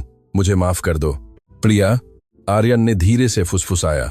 उसका हाथ आगे बढ़ा और लड़की के गालों से आंसू पहुंचे। मुझे माफ कर दो कि मैंने तुम्हारी रक्षा करने में देर कर दी। मेरी मूर्खता को माफ कर दो, जिसने तुम्हें चोट पहुंचाने दी। प्रिया ने धीरे से सिर हिलाया। उसके आंसू और तेजी से बहने लगे। आपको माफिफ करने की जरूरत नहीं है सर। आपने आपने मेरे लिए खड़े होकर चले, सिर्फ तुम्हारे लिए नहीं बल्कि इसीलिए कि तुम मेरे चलने का कारण हो। ये पैर नहीं हिलना चाहते अगर वे तुम्हारी रक्षा के लिए न हो। आर्यन ने मुस्कुराते हुए जवाब दिया। वह सबसे सच्ची मुस्कान थी जो उसने कभी दी थी। आर्यन ने अपना हाथ बढ़ाया। चलो उठो, नीचे मत बैठो। तुम्हारी जगह इन घमंडी लोगों के पैरों के नीचे नहीं है, तुम्हारी जगह मेरे बगल में है। प्रिया ने वह हाथ थामा। एक सफाई कर्मचारी का खुरदुरा हाथ एक सीईओ के कोमल हाथ से मिला। उन्होंने एक दूसरे का हाथ कसकर पकड़ा, एक दूसरे को मजबूत करते हुए। प्रिया के सहारे से आर्यन फिर से खड़ा हो गया। इस बार वह और मजबूत था क्योंकि उसके पास दिल का सहारा था। ऋतु, जो यह दृश्य देख रही थी, को ऐसा महसूस हुआ जैसे उसे हजारों बार थप्पड़ मारे गए हों। उसका आत्मसम्मान चकनाचूर हो गया था। प्रिया को अपमानित करने की उसकी योजना आर्यन के प्यार के अभिषेक का मंच बन गई थी। शर्म और गुस्से से लाल चेहरा लिए ऋतु ने अपने पैर पटके अपनी लग्जरी कार में वापस बैठी और टायरों की चीख के साथ उस जगह से निकल गई। उस कार के एग्जॉस्ट का धुआं आर्यन के अतीत के अंत का संकेत बन गया। फिर जयकार हुई। जो कर्मचारी डर गए थे वे अब ताली बजा रहे थे। कुछ सुरक्षाकर्मी दौड़कर आर्यन की व्हील चेयर लाए जो पलट गई थी, लेकिन आर्यन ने हाथ के इशारे से मना कर दिया। मुझे उस कुर्सी की अब गाड़ी तक जाने के लिए जरूरत नहीं है, मेरे पास अब अपनी जिंदगी की बैसाखी है। आर्यन ने प्रिया की ओर देखते हुए कहा। प्रिया शर्म से लाल हो गई। उसका चेहरा उबले हुए केकड़े जैसा लाल था। उसने तुरंत आर्यन को काली सेडान कार की ओर सहारा दिया जो राजेश जी ने तैयार कर रखी थी। राजेश जी खुद स्टीयरिंग के पीछे सिसकियां ले रहे थे। अपने मालिक को आखिरकार एक सच्चा आदमी बनते देख वह भावुक हो गए थे। उस शाम आसमान के नीचे जो हल्की रोमांटिक बूंदाबांदी कर रहा था, जाति की दीवार जो इतने समय से मजबूत खड़ी थी, आखिरकार ढह गई। हथौड़े या डायनामाइट से नहीं ढही, बल्कि शुद्ध प्रेम पर आधारित एक कदम की हिम्मत से ढही। आर्यन और प्रिया कार में बैठे। दरवाजा कसकर बंद हो गया, उन्हें बाहरी शोरगुल वाली दुनिया से अलग कर दिया। शांत कैबिन में आर्यन ने अपना सिर प्रिया के कंधे पर टिका दिया। शारीरिक थकान उसे घेरने लगी थी। उसके पैरों में नरक की आग जैसी जलन हो रही थी, लेकिन उसका दिल स्वर्ग जैसा ठंडा महसूस हो रहा था। धन्यवाद भगवान, आर्यन ने धीरे से फुसफुसाया इससे पहले कि उसकी आंखें बंद हो जातीं। मुझे यह दर्द देने के लिए धन्यवाद, क्योंकि इसी दर्द ने मुझे इस बिना पंखों वाली परी को खोजने के लिए प्रेरित किया। प्रिया ने आर्यन के पसीने से भीगे बालों को धीरे से सहलाया। उसने खिड़की से बाहर देखा, गांव की कंक्रीट की विभाजनकारी दीवार को देखा जो अब उतनी डरावनी नहीं लग रही थी। वह जानती थी कि अगला दिन एक नया दिन होगा, एक ऐसा दिन जहां उसे इस आदमी से प्यार करने के लिए अब छिपने की जरूरत नहीं होगी। लेकिन संघर्ष अभी खत्म नहीं हुआ था। यह केवल एक लड़ाई में जीत थी। आर्यन के माता पिता को अभी भी नहीं पता था। कठोर व्यापारिक दुनिया अभी भी थी, लेकिन प्रिया को अब डर नहीं था। जब तक आर्यन का हाथ उसका हाथ पकड़े रहेगा, वे किसी भी तूफान का सामना एक साथ करेंगे। कार धीरे धीरे बूंदाबांदी में आगे बढ़ी। दो दिलों को ले जा रही थी जिन्होंने अपने जीवन की सबसे बड़ी लड़ाई जीती थी, प्रतिष्ठा और पूर्वाग्रह के खिलाफ युद्ध। दूर शहर की रोशनी एक एक करके जलने लगी, मानो वे दो अलग अलग दुनियाओं के मिलन का जश्न मना रहे हों। एक फैक्ट्री के गेट पर एक घोटाला एक प्रेम कथा में बदल गया था, जिसे गांव के लोग और कार्यालय के कर्मचारी हमेशा हमेशा के लिए पीढ़ी दर पीढ़ी सुनाते रहेंगे कि सच्चा प्यार यह नहीं देखता कि आप क्या चलाते हैं या आप क्या पहनते हैं। सच्चा प्यार यह देखता है कि आप अपने साथी के गिरने पर क्या त्याग करते हैं। उस सुबह का सूरज शान से चमक रहा था। शहर के बाहरी इलाके को ढकने वाले हल्के कोहरे के अवशेषों को हटा रहा था। उसकी सुनहरी रोशनी दो दुनियाओं पर पड़ी जो इतने समय से अलग थीं। एक तरफ रायचंद एम्पायर की गगनचुंबी इमारत की कांच की खिड़कियां भव्यता से चमक रही थीं। दूसरी तरफ आशानगर के घरों की टिन की छतें सादगी में चमक रही थीं। लेकिन आज सुबह कुछ अलग था। वह सन्नाटा जो आमतौर पर इन दोनों क्षेत्रों की सीमा पर छाया रहता था, अब डीजल इंजन की दहाड़ती आवाज से टूट गया था। एक विशाल पीली खुदाई मशीन अपनी मजबूत स्टील की बांह के साथ कार्यालय के वीआईपी पार्किंग क्षेत्र को गांव की मुख्य सड़क से अलग करने वाली 3 मीटर ऊंची कंक्रीट की दीवार के ठीक सामने खड़ी थी। वह दीवार एक प्रतीक थी, असमानता का प्रतीक, अमीरों के गरीबों के प्रति डर का प्रतीक और अहंकार का प्रतीक, जो दशकों से कंपनी द्वारा पोषित किया गया था। वह दीवार ठंडी, कठोर और अमित्र थी। उसकी सतह पर चिपकी हरी काई इस बात की मूक गवाह थी कि अलगाव कितना लंबा चला था। गांव के लोग अपने घरों की बाढ़ के पीछे चिंतित चेहरों के साथ जमा हो गए थे। माताएं अपने बच्चों को गले लगा रही थीं। पुरुष तनावग्रस्त चेहरों के साथ तैयार खड़े थे। वे डरते थे कि उनके जीवन के इतिहास में भारी उपकरणों का आगमन हमेशा एक ही बात का मतलब होता है, बेदखली। क्या आर्यन की सारी भलाई केवल उनकी जमीन हड़पने की रणनीति थी? क्या वह बुरा सपना आखिरकार आ ही गया था? शांत रहें भाइयों और बहनों, घबराओ मत। ग्राम प्रधान की आवाज अपने ग्रामीणों को शांत करने की कोशिश करती हुई सुनाई दी, हालांकि उनकी अपनी आवाज भी संशय में लग रही थी। उस तनाव के बीच ग्रामीणों द्वारा अच्छी तरह से जानी जाने वाली एक काली सेडान कार कार्यालय के गेट से निकली। वह कार विशाल खुदाई मशीन के ठीक बगल में रुकी। पिछला दरवाजा खुला। प्रिया, जो अपनी मां के साथ गांव वालों की सबसे आगे की कतार में खड़ी थी, ने अपनी सांस रोकी। उसका दिल तेजी से धड़क रहा था। वह कार को पहचानती थी, लेकिन उसे नहीं पता था कि उसके अंदर का आदमी क्या योजना बना रहा था। धीरे धीरे काले कपड़े की पैंट पहने हुए एक जोड़ी पैर डामर पर उतरे। चमकदार चमड़े के जूते मजबूती से जमीन पर टिके। फिर वह सीधा आकृति खड़ी हुई। आर्यन। वह व्हीलचेयर का उपयोग नहीं कर रहा था। वह एक सुंदर नक्काशीदार सागौन की लकड़ी की बैसाखी के सहारे सीधा खड़ा था। उसका चेहरा चमक रहा था। उसने बाटिक की लंबी बाजू वाली शर्ट पहनी थी, जिस पर परांग, एक पारंपरिक पैटर्न जो अधिकार और संघर्ष का प्रतीक है, का पैटर्न था। आर्यन ने अपना हाथ उठाया। भारी उपकरण के ऑपरेटर को एक संकेत दिया। ऑपरेटर ने आज्ञाकारी रूप से सिर कार रहा है। देखिए, बार्टिस ने में हिलाया और फिर अपने नियंत्रण लीवर को हिलाया। एक जोरदार धमाके की आवाज आई जब खुदाई मशीन की लोहे की चोंच विभाजनकारी कंक्रीट की दीवार से टकराई। सीमेंट की धूल हवा में उड़ गई। गांव वाले चौंक कर चिल्लाए और अपने कान ढंक लिए। प्रिया ने अपना मुंह ढंक लिया। उसकी आंखें अविश्वास से चौड़ी हो गईं। आर्यन ग्रामीणों के घरों को नहीं गिरा रहा था। वह अपने कार्यालय की विभाजनकारी दीवार को तोड़ रहा था। एक के बाद एक वार किए गए। मजबूत कंक्रीट टूट गया, बिखर गया और अंत में बेकार मलबे के ढेर में बदल गया। कुछ ही मिनटों में एक बड़ा छेद चौड़ा खुला। पूर्व से आती सुबह की सूरज की रोशनी, जो इतने समय से ऊंची दीवार से बाधित थी, अब गांव की गलियों में घुस रही थी, जो आमतौर पर नम और अंधेरी रहती थीं। इतिहास में पहली बार आशानगर के निवासी बिना किसी बाधा के सीधे रायचंद एम्पायर के कार्यालय की लॉबी को देख सकते थे, और इसके विपरीत कांच की खिड़कियों पर जमा कार्यालय के कर्मचारी गांव के जीवन को स्पष्ट रूप से देख सकते थे। धूल धीरे धीरे बैठने लगी। आर्यन लंगड़ाते हुए लेकिन दृढ़ता से उस दीवार के मलबे से गुजरा जिसे उसने अभी अभी गिराया था। उसने सीमा पार की। वह अपने बांझ आरामदायक क्षेत्र से बाहर निकलकर आम लोगों के गतिशील क्षेत्र में चला गया। उसके पीछे दर्जनों वर्दीधारी कर्मचारी सूट बूट में चले, ट्रे लेकर जिसमें उपहार थे। गांव के लोग अभी भी चुप थे, स्थिति को समझने की कोशिश कर रहे थे। अंततः आर्यन ग्रामीणों की भीड़ के ठीक सामने रुक गया, प्रिया के खड़े होने से लगभग 5 मीटर दूर। आर्यन मुस्कुराया और फिर गांव के बुजुर्गों को सम्मानपूर्वक झुककर प्रणाम किया। अस्सलाम वालेकुम भाइयों, बहनों और मेरे सभी देशवासियों, आर्यन ने बिना किसी माइक्रोफोन के जोर से कहा। उसकी आवाज अधिकारपूर्ण लेकिन गर्म थी। वालेकुम सलाम, ग्रामीणों ने एक साथ जवाब दिया, अभी भी भ्रमित स्वर में। माफ कीजिए अगर भारी मशीन की आवाज ने आपकी शांत सुबह को परेशान किया, आर्यन ने आगे कहा। आज मैं, आर्यन, बगल की कंपनी का प्रमुख, इस दीवार को हमेशा के लिए गिराने का फैसला किया है। आज से हमारी दोस्ती को रोकने वाली कोई सीमा नहीं रहेगी। मैं इस सड़क को फिर से डामर करवाऊंगा और यह गेट उन नागरिकों के लिए आधिकारिक पहुंच मार्ग होगा जो हमारे कार्यालय की मस्जिद में काम करना या इबादत करना चाहते हैं। तालियों की गड़गड़ाहट और खुशी के आंसुओं का शोर तुरंत फूट पड़ा। अल्हम्दुलिल्लाह, ग्रामीणों ने एक साथ चिल्लाया। यह बेदखली नहीं बल्कि एकीकरण था।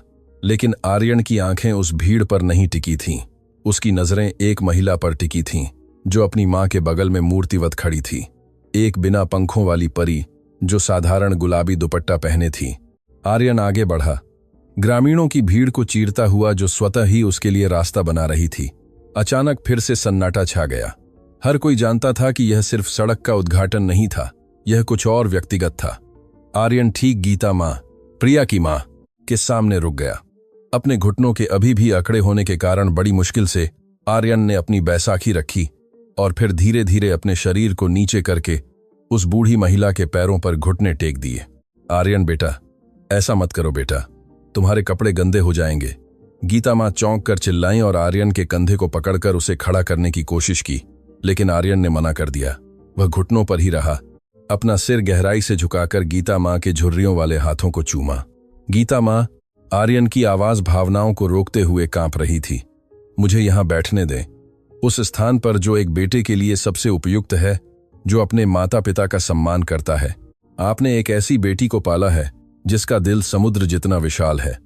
आपने एक ऐसी लड़की को शिक्षा दी है जिसके हाथ वह ठीक कर सकते हैं जिसे पैसा भी ठीक नहीं कर सकता। गीता माँ रोने लगीं। उनके आंसू आर्यन के बालों पर टपकने लगे।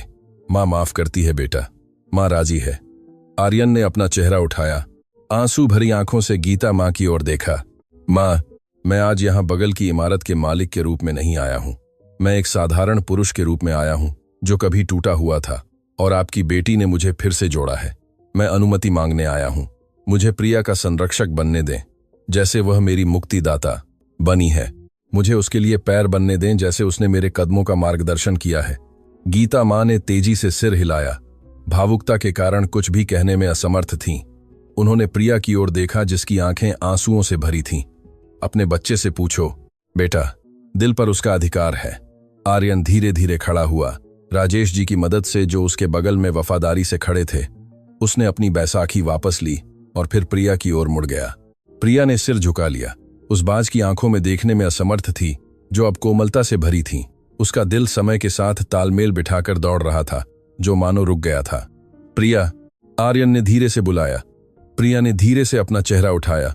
उसके सामने वह आदमी खड़ा था जिसे उसने कुछ महीने पहले व्हील चेयर पर निराशा में पाया था। वह आदमी जिसने उसे पार्किंग में डांटा था। वह आदमी जो उसके घर के बांस के बरामदे में दर्द से चिल्लाया था। अब वह आदमी शान से खड़ा था, हालांकि अभी भी लड़खड़ाता हुआ था, लेकिन उसकी आंखों में एक मजबूत इरादा चमक रहा था। आर्यन ने अपनी बाटिक शर्ट की जेब में हाथ डाला। उसने फिल्मों की तरह कोई आलीशान मखमली अंगूठी का डिब्बा नहीं निकाला। उसने एक छोटा सा वस्तु निकाला जिसे एक सफेद रुमाल में लपेटा गया था। उसने उसे धीरे से खोला। यह एक साधारण सोने की अंगूठी थी। उस पर चमेली के पत्ते का डिजाइन बना था। हीरे का बड़ा पत्थर नहीं जो आंखों को चकाचौंध करे, बल्कि एक कलाकृति जो ईमानदारी और प्रिया के आशा नगर से होने का प्रतीक थी। प्रिया, आर्यन ने फिर से कहा। उसकी आवाज सैकड़ों लोगों के कानों में स्पष्ट रूप से सुनाई दी, जो उस दृश्य को सांस रोके देख रहे थे। देखो, पीछे की दीवार ढह गई है। उसका मलबा अभी भी बिखरा पड़ा है। ऐसे ही मेरा अहंकार और घमंड भी है, जिसे तुमने अपने धैर्य से तोड़ दिया है। आर्यन ने लंबी सांस ली, हिम्मत जुटाई। मैं एक पूर्ण पुरुष नहीं हूं। मेरे पैर शायद कभी एक एथलीट की तरह तेजी से दौड़ नहीं पाएंगे। मेरी चाल शायद हमेशा लंगड़ी और बैसाखी की मोहताज रहेगी। लेकिन मैं तुमसे एक बात का वादा करता हूं, प्रिया। मेरे हर लड़खड़ाते कदम में केवल एक ही लक्ष्य है, वह है तुम्हारे पास लौटना। मैं अपनी बाकी जिंदगी तुम्हारे साथ एक बेहतर इंसान बनना सीखने में बिताना चाहता हूं। आर्यन ने वह अंगूठी बढ़ाई। उसका हाथ थोड़ा कांप रहा था। अपनी तंत्रिका बीमारी के कारण नहीं, बल्कि अत्यधिक घबराहट के कारण। एक ऐसे पुरुष की घबराहट जो अपने दिल को दांव पर लगा रहा था। क्या तुम इस विकलांग पुरुष के प्रस्ताव को स्वीकार करोगी? क्या तुम मेरी पत्नी बनोगी? प्रिया, आकाश मानो सुन रहा था। सुबह की हवा प्रिया के दुपट्टे के सिरे को धीरे से उड़ा रही थी। प्रिया के आंसू बहने लगे। उसने आर्यन की आंखों में नग्न ईमानदारी देखी। अब कोई झूठ नहीं, कोई घमंड नहीं। प्रिया ने अपनी मां की ओर देखा। गीता मां ने चौड़ी मुस्कान के साथ दृढ़ता से सिर हिलाया। उसने अपने पड़ोसियों की ओर देखा। ग्राम प्रधान, बुआ रीना, मोमो बेचने वाली और छोटे बच्चे, सभी ने समर्थन में सिर हिलाया। प्रिया ने फिर आर्यन की ओर देखा। वह एक कदम आगे बढ़ी, उनके बीच की दूरी कम करती हुई। आर्यन सर, प्रिया ने धीमी आवाज में जवाब दिया, आप विकलांग नहीं हैं। मेरी नजर में आप सबसे पूर्ण पुरुष हैं, जिसे भगवान ने मेरे धैर्य की परीक्षा लेने के लिए और साथ ही मेरी इबादत को पूरा करने के लिए भेजा है। आपके पैर शायद कमजोर हैं, लेकिन आपका दिल मजबूत है। और मैं आपकी पूरी जिंदगी के लिए आपकी बैसाखी बनने को तैयार हूं। प्रिया ने दृढ़ता से सिर हिलाया। बिस्मिल्लाह, मैं आपका प्रस्ताव स्वीकार करती हूं। तुरंत तालियों की गड़गड़ाहट फूट पड़ी। अल्हम्दुलिल्लाह। गांव के लोग ताली बजाने लगे, सीटी बजाने लगे और गले मिलने लगे। उधर कार्यालय के कर्मचारी जो खिड़की से देख रहे थे, वे भी जयकार करने लगे। उस सुबह का माहौल एक भव्य जन उत्सव में बदल गया। आर्यन ने राहत की सांस ली, मानो उसके कंधों से हजारों टन का बोझ अभी अभी हट गया हो। वह प्रिया को गले लगाना चाहता था, लेकिन उसने खुद को रोक लिया। वे अभी संबंधी नहीं थे। उसने बस वह अंगूठी गीता मां को दी ताकि वे उसे प्रिया की अनामिका उंगली पर पहना सकें। जब गीता माँ ने चमेली के पैटर्न वाली अंगूठी प्रिया की उंगली पर पहनाई तो आर्यन ने फुसफुसाया, धन्यवाद प्रिया, मेरे पैरों से भी ज्यादा ठीक करने के लिए धन्यवाद। सुबह का कार्यक्रम खाने के साथ जारी रहा। आर्यन ने शहर के सबसे अच्छे कैटरिंग को उस नई खुली गांव की सड़क पर एक जन उत्सव आयोजित करने का आदेश दिया था। कोई वीआईपी मेज नहीं थी, कोई विभाजन नहीं था। निदेशक चटाई पर ऑटो रिक्शा चालक के साथ क्रॉस लेग्ड बैठे थे। प्रबंधक एक ही थाली में धोबी के साथ चावल खा रहे थे। वह दीवार सच में ढह गई थी। सिर्फ भौतिक दीवार नहीं, बल्कि मानसिक दीवार भी, जो इतने समय से उन्हें अलग कर रही थी। आर्यन ने उस दृश्य को भरे हुए दिल से देखा। उसने देखा कि राजेश जी, उसके सहायक, ग्राम प्रधान के चुटकुले सुनकर खुलकर हंस रहे थे। उसने देखा कि उसकी सचिव बुआ रीना से चटनी बनाने की विधि सीखने में व्यस्त थी। यही सच्ची दौलत थी, ऐसी दौलत जो किसी बैंक खाते में दर्ज नहीं थी, बल्कि आसमान में हमेशा के लिए दर्ज थी। उस भीड़ के बीच आर्यन और प्रिया अपने घर के बरामदे में बांस की खाट पर अकेले बैठे थे। वह जगह जहां सब कुछ शुरू हुआ था, वह जगह जहां दर्द की चीखें खुशी की मुस्कानों में बदल गई थीं। सर जानते हैं, प्रिया ने सड़क पर भीड़ को देखते हुए कहा, पहले मैं अक्सर आपकी ऊंची कार्यालय की खिड़की को देखते हुए प्रार्थना करती थी। मैं प्रार्थना करती थी कि एक दिन वहां अंदर के लोग नीचे देख सकें और हमारी मौजूदगी का एहसास कर सकें। आर्यन ने अपनी कार्यालय की इमारत को देखा, जो अब बिना किसी बाधा के स्पष्ट रूप से दिखाई दे रही थी। और भगवान ने तुम्हारी प्रार्थना का एक अनोखे तरीके से जवाब दिया, प्रिया। उन्होंने मेरे पैरों को तोड़ दिया ताकि मैं हमेशा ऊपर की ओर न देख सकूं। उन्होंने मुझे नीचे देखने के लिए मजबूर किया, जमीन पर, उस जगह पर जहां असली जीवन है। क्या आपको कभी दुर्घटना का अफसोस होता है? प्रिया ने सावधानी से पूछा। आर्यन ने दृढ़ता से सिर हिलाया, नहीं, बिल्कुल नहीं। अगर मैं लकवाग्रस्त न होता तो शायद मैंने गलत महिला से शादी कर ली होती, दिखावे की जिंदगी जी रहा होता और उस महल में अकेलेपन में मर जाता। यह लकवा एक आफत में लिपटा हुआ आशीर्वाद है, क्योंकि इस लकवे के कारण मैं तुमसे मिला। प्रिया शर्म से लाल हो गई। आप अब चालाक बातें करना सीख गए हैं, है ना? यह चालाकी नहीं है मेरी होने वाली पत्नी, यह एक पूर्व मरीज की ईमानदारी है। आर्यन ने हंसते हुए छेड़छाड़ की। तभी राजेश जी एक पोलरॉइड कैमरा लेकर पास आए। आर्यन सर, नींग, क्या आप इतिहास की यादगार के लिए एक फोटो ले सकते हैं? आर्यन ने सिर हिलाया। उसने प्रिया के कंधे पर हाथ रखा, इस बार हिम्मत से, लेकिन फिर भी शालीनता से, केवल उसके कपड़ों को छूते हुए। वे दोनों कैमरे की ओर मुस्कुराए। उनके पीछे एक विरोधाभासी लेकिन सामंजस्यपूर्ण दृश्य था। भव्य कांच की इमारत एक सुंदर लकड़ी के घर के साथ खड़ी थी। अब कोई दीवार उन्हें अलग नहीं कर रही थी। क्लिक, तस्वीर कैमरे से निकली। एक साधारण खुशी का चित्र। उस तस्वीर के नीचे आर्यन ने एक कलम उठाई और एक छोटा सा वाक्य लिखा, प्यार जाति नहीं जानता, उपचार तर्क नहीं जानता, और भगवान का भाग्य हमेशा सही समय पर आता है। अक्सर इस जीवन में हम महसूस करते हैं कि हमें लगातार समस्याओं से दबाया जा रहा है। हमें अंधेरा, दम घुटने वाला और अकेला महसूस होता है, जबकि वास्तव में हमें दफनाया नहीं जा रहा है, बल्कि लगाया जा रहा है। भगवान हमें उपजाऊ मिट्टी में लगा रहे हैं, हमें उदासी के आंसुओं से सींच रहे हैं, ताकि बाद में हम एक मजबूत पेड़ बन सकें और मीठे फल दे सकें। आर्यन और प्रिया की कहानी इस बात का जीता जागता सबूत है कि कोई ऐसी बीमारी नहीं है जिसका इलाज न हो, जिसमें दिल और अहंकार की बीमारियां भी शामिल हैं। उस दवा का नाम विनम्रता है। और जब हम अपने दिल को जमीन जितना नीचा करने की हिम्मत करते हैं, तो भगवान हमारी प्रतिष्ठा को आसमान जितना ऊंचा उठा देंगे। उस दिन नीले भारतीय आकाश के नीचे दो इंसान अपने जीवन का एक नया अध्याय शुरू कर रहे थे। अब कोई अमीर मालिक और गरीब लड़की नहीं थी, केवल एक पति और पत्नी थे जो एक साथ चलने, कमजोर होने पर एक दूसरे का सहारा बनने और भूल जाने पर एक दूसरे को याद दिलाने के लिए तैयार थे। आर्यन के पैर शायद कभी लकवाग्रस्त थे, लेकिन उसका प्यार अब सीधा खड़ा था, हमेशा के लिए मजबूत।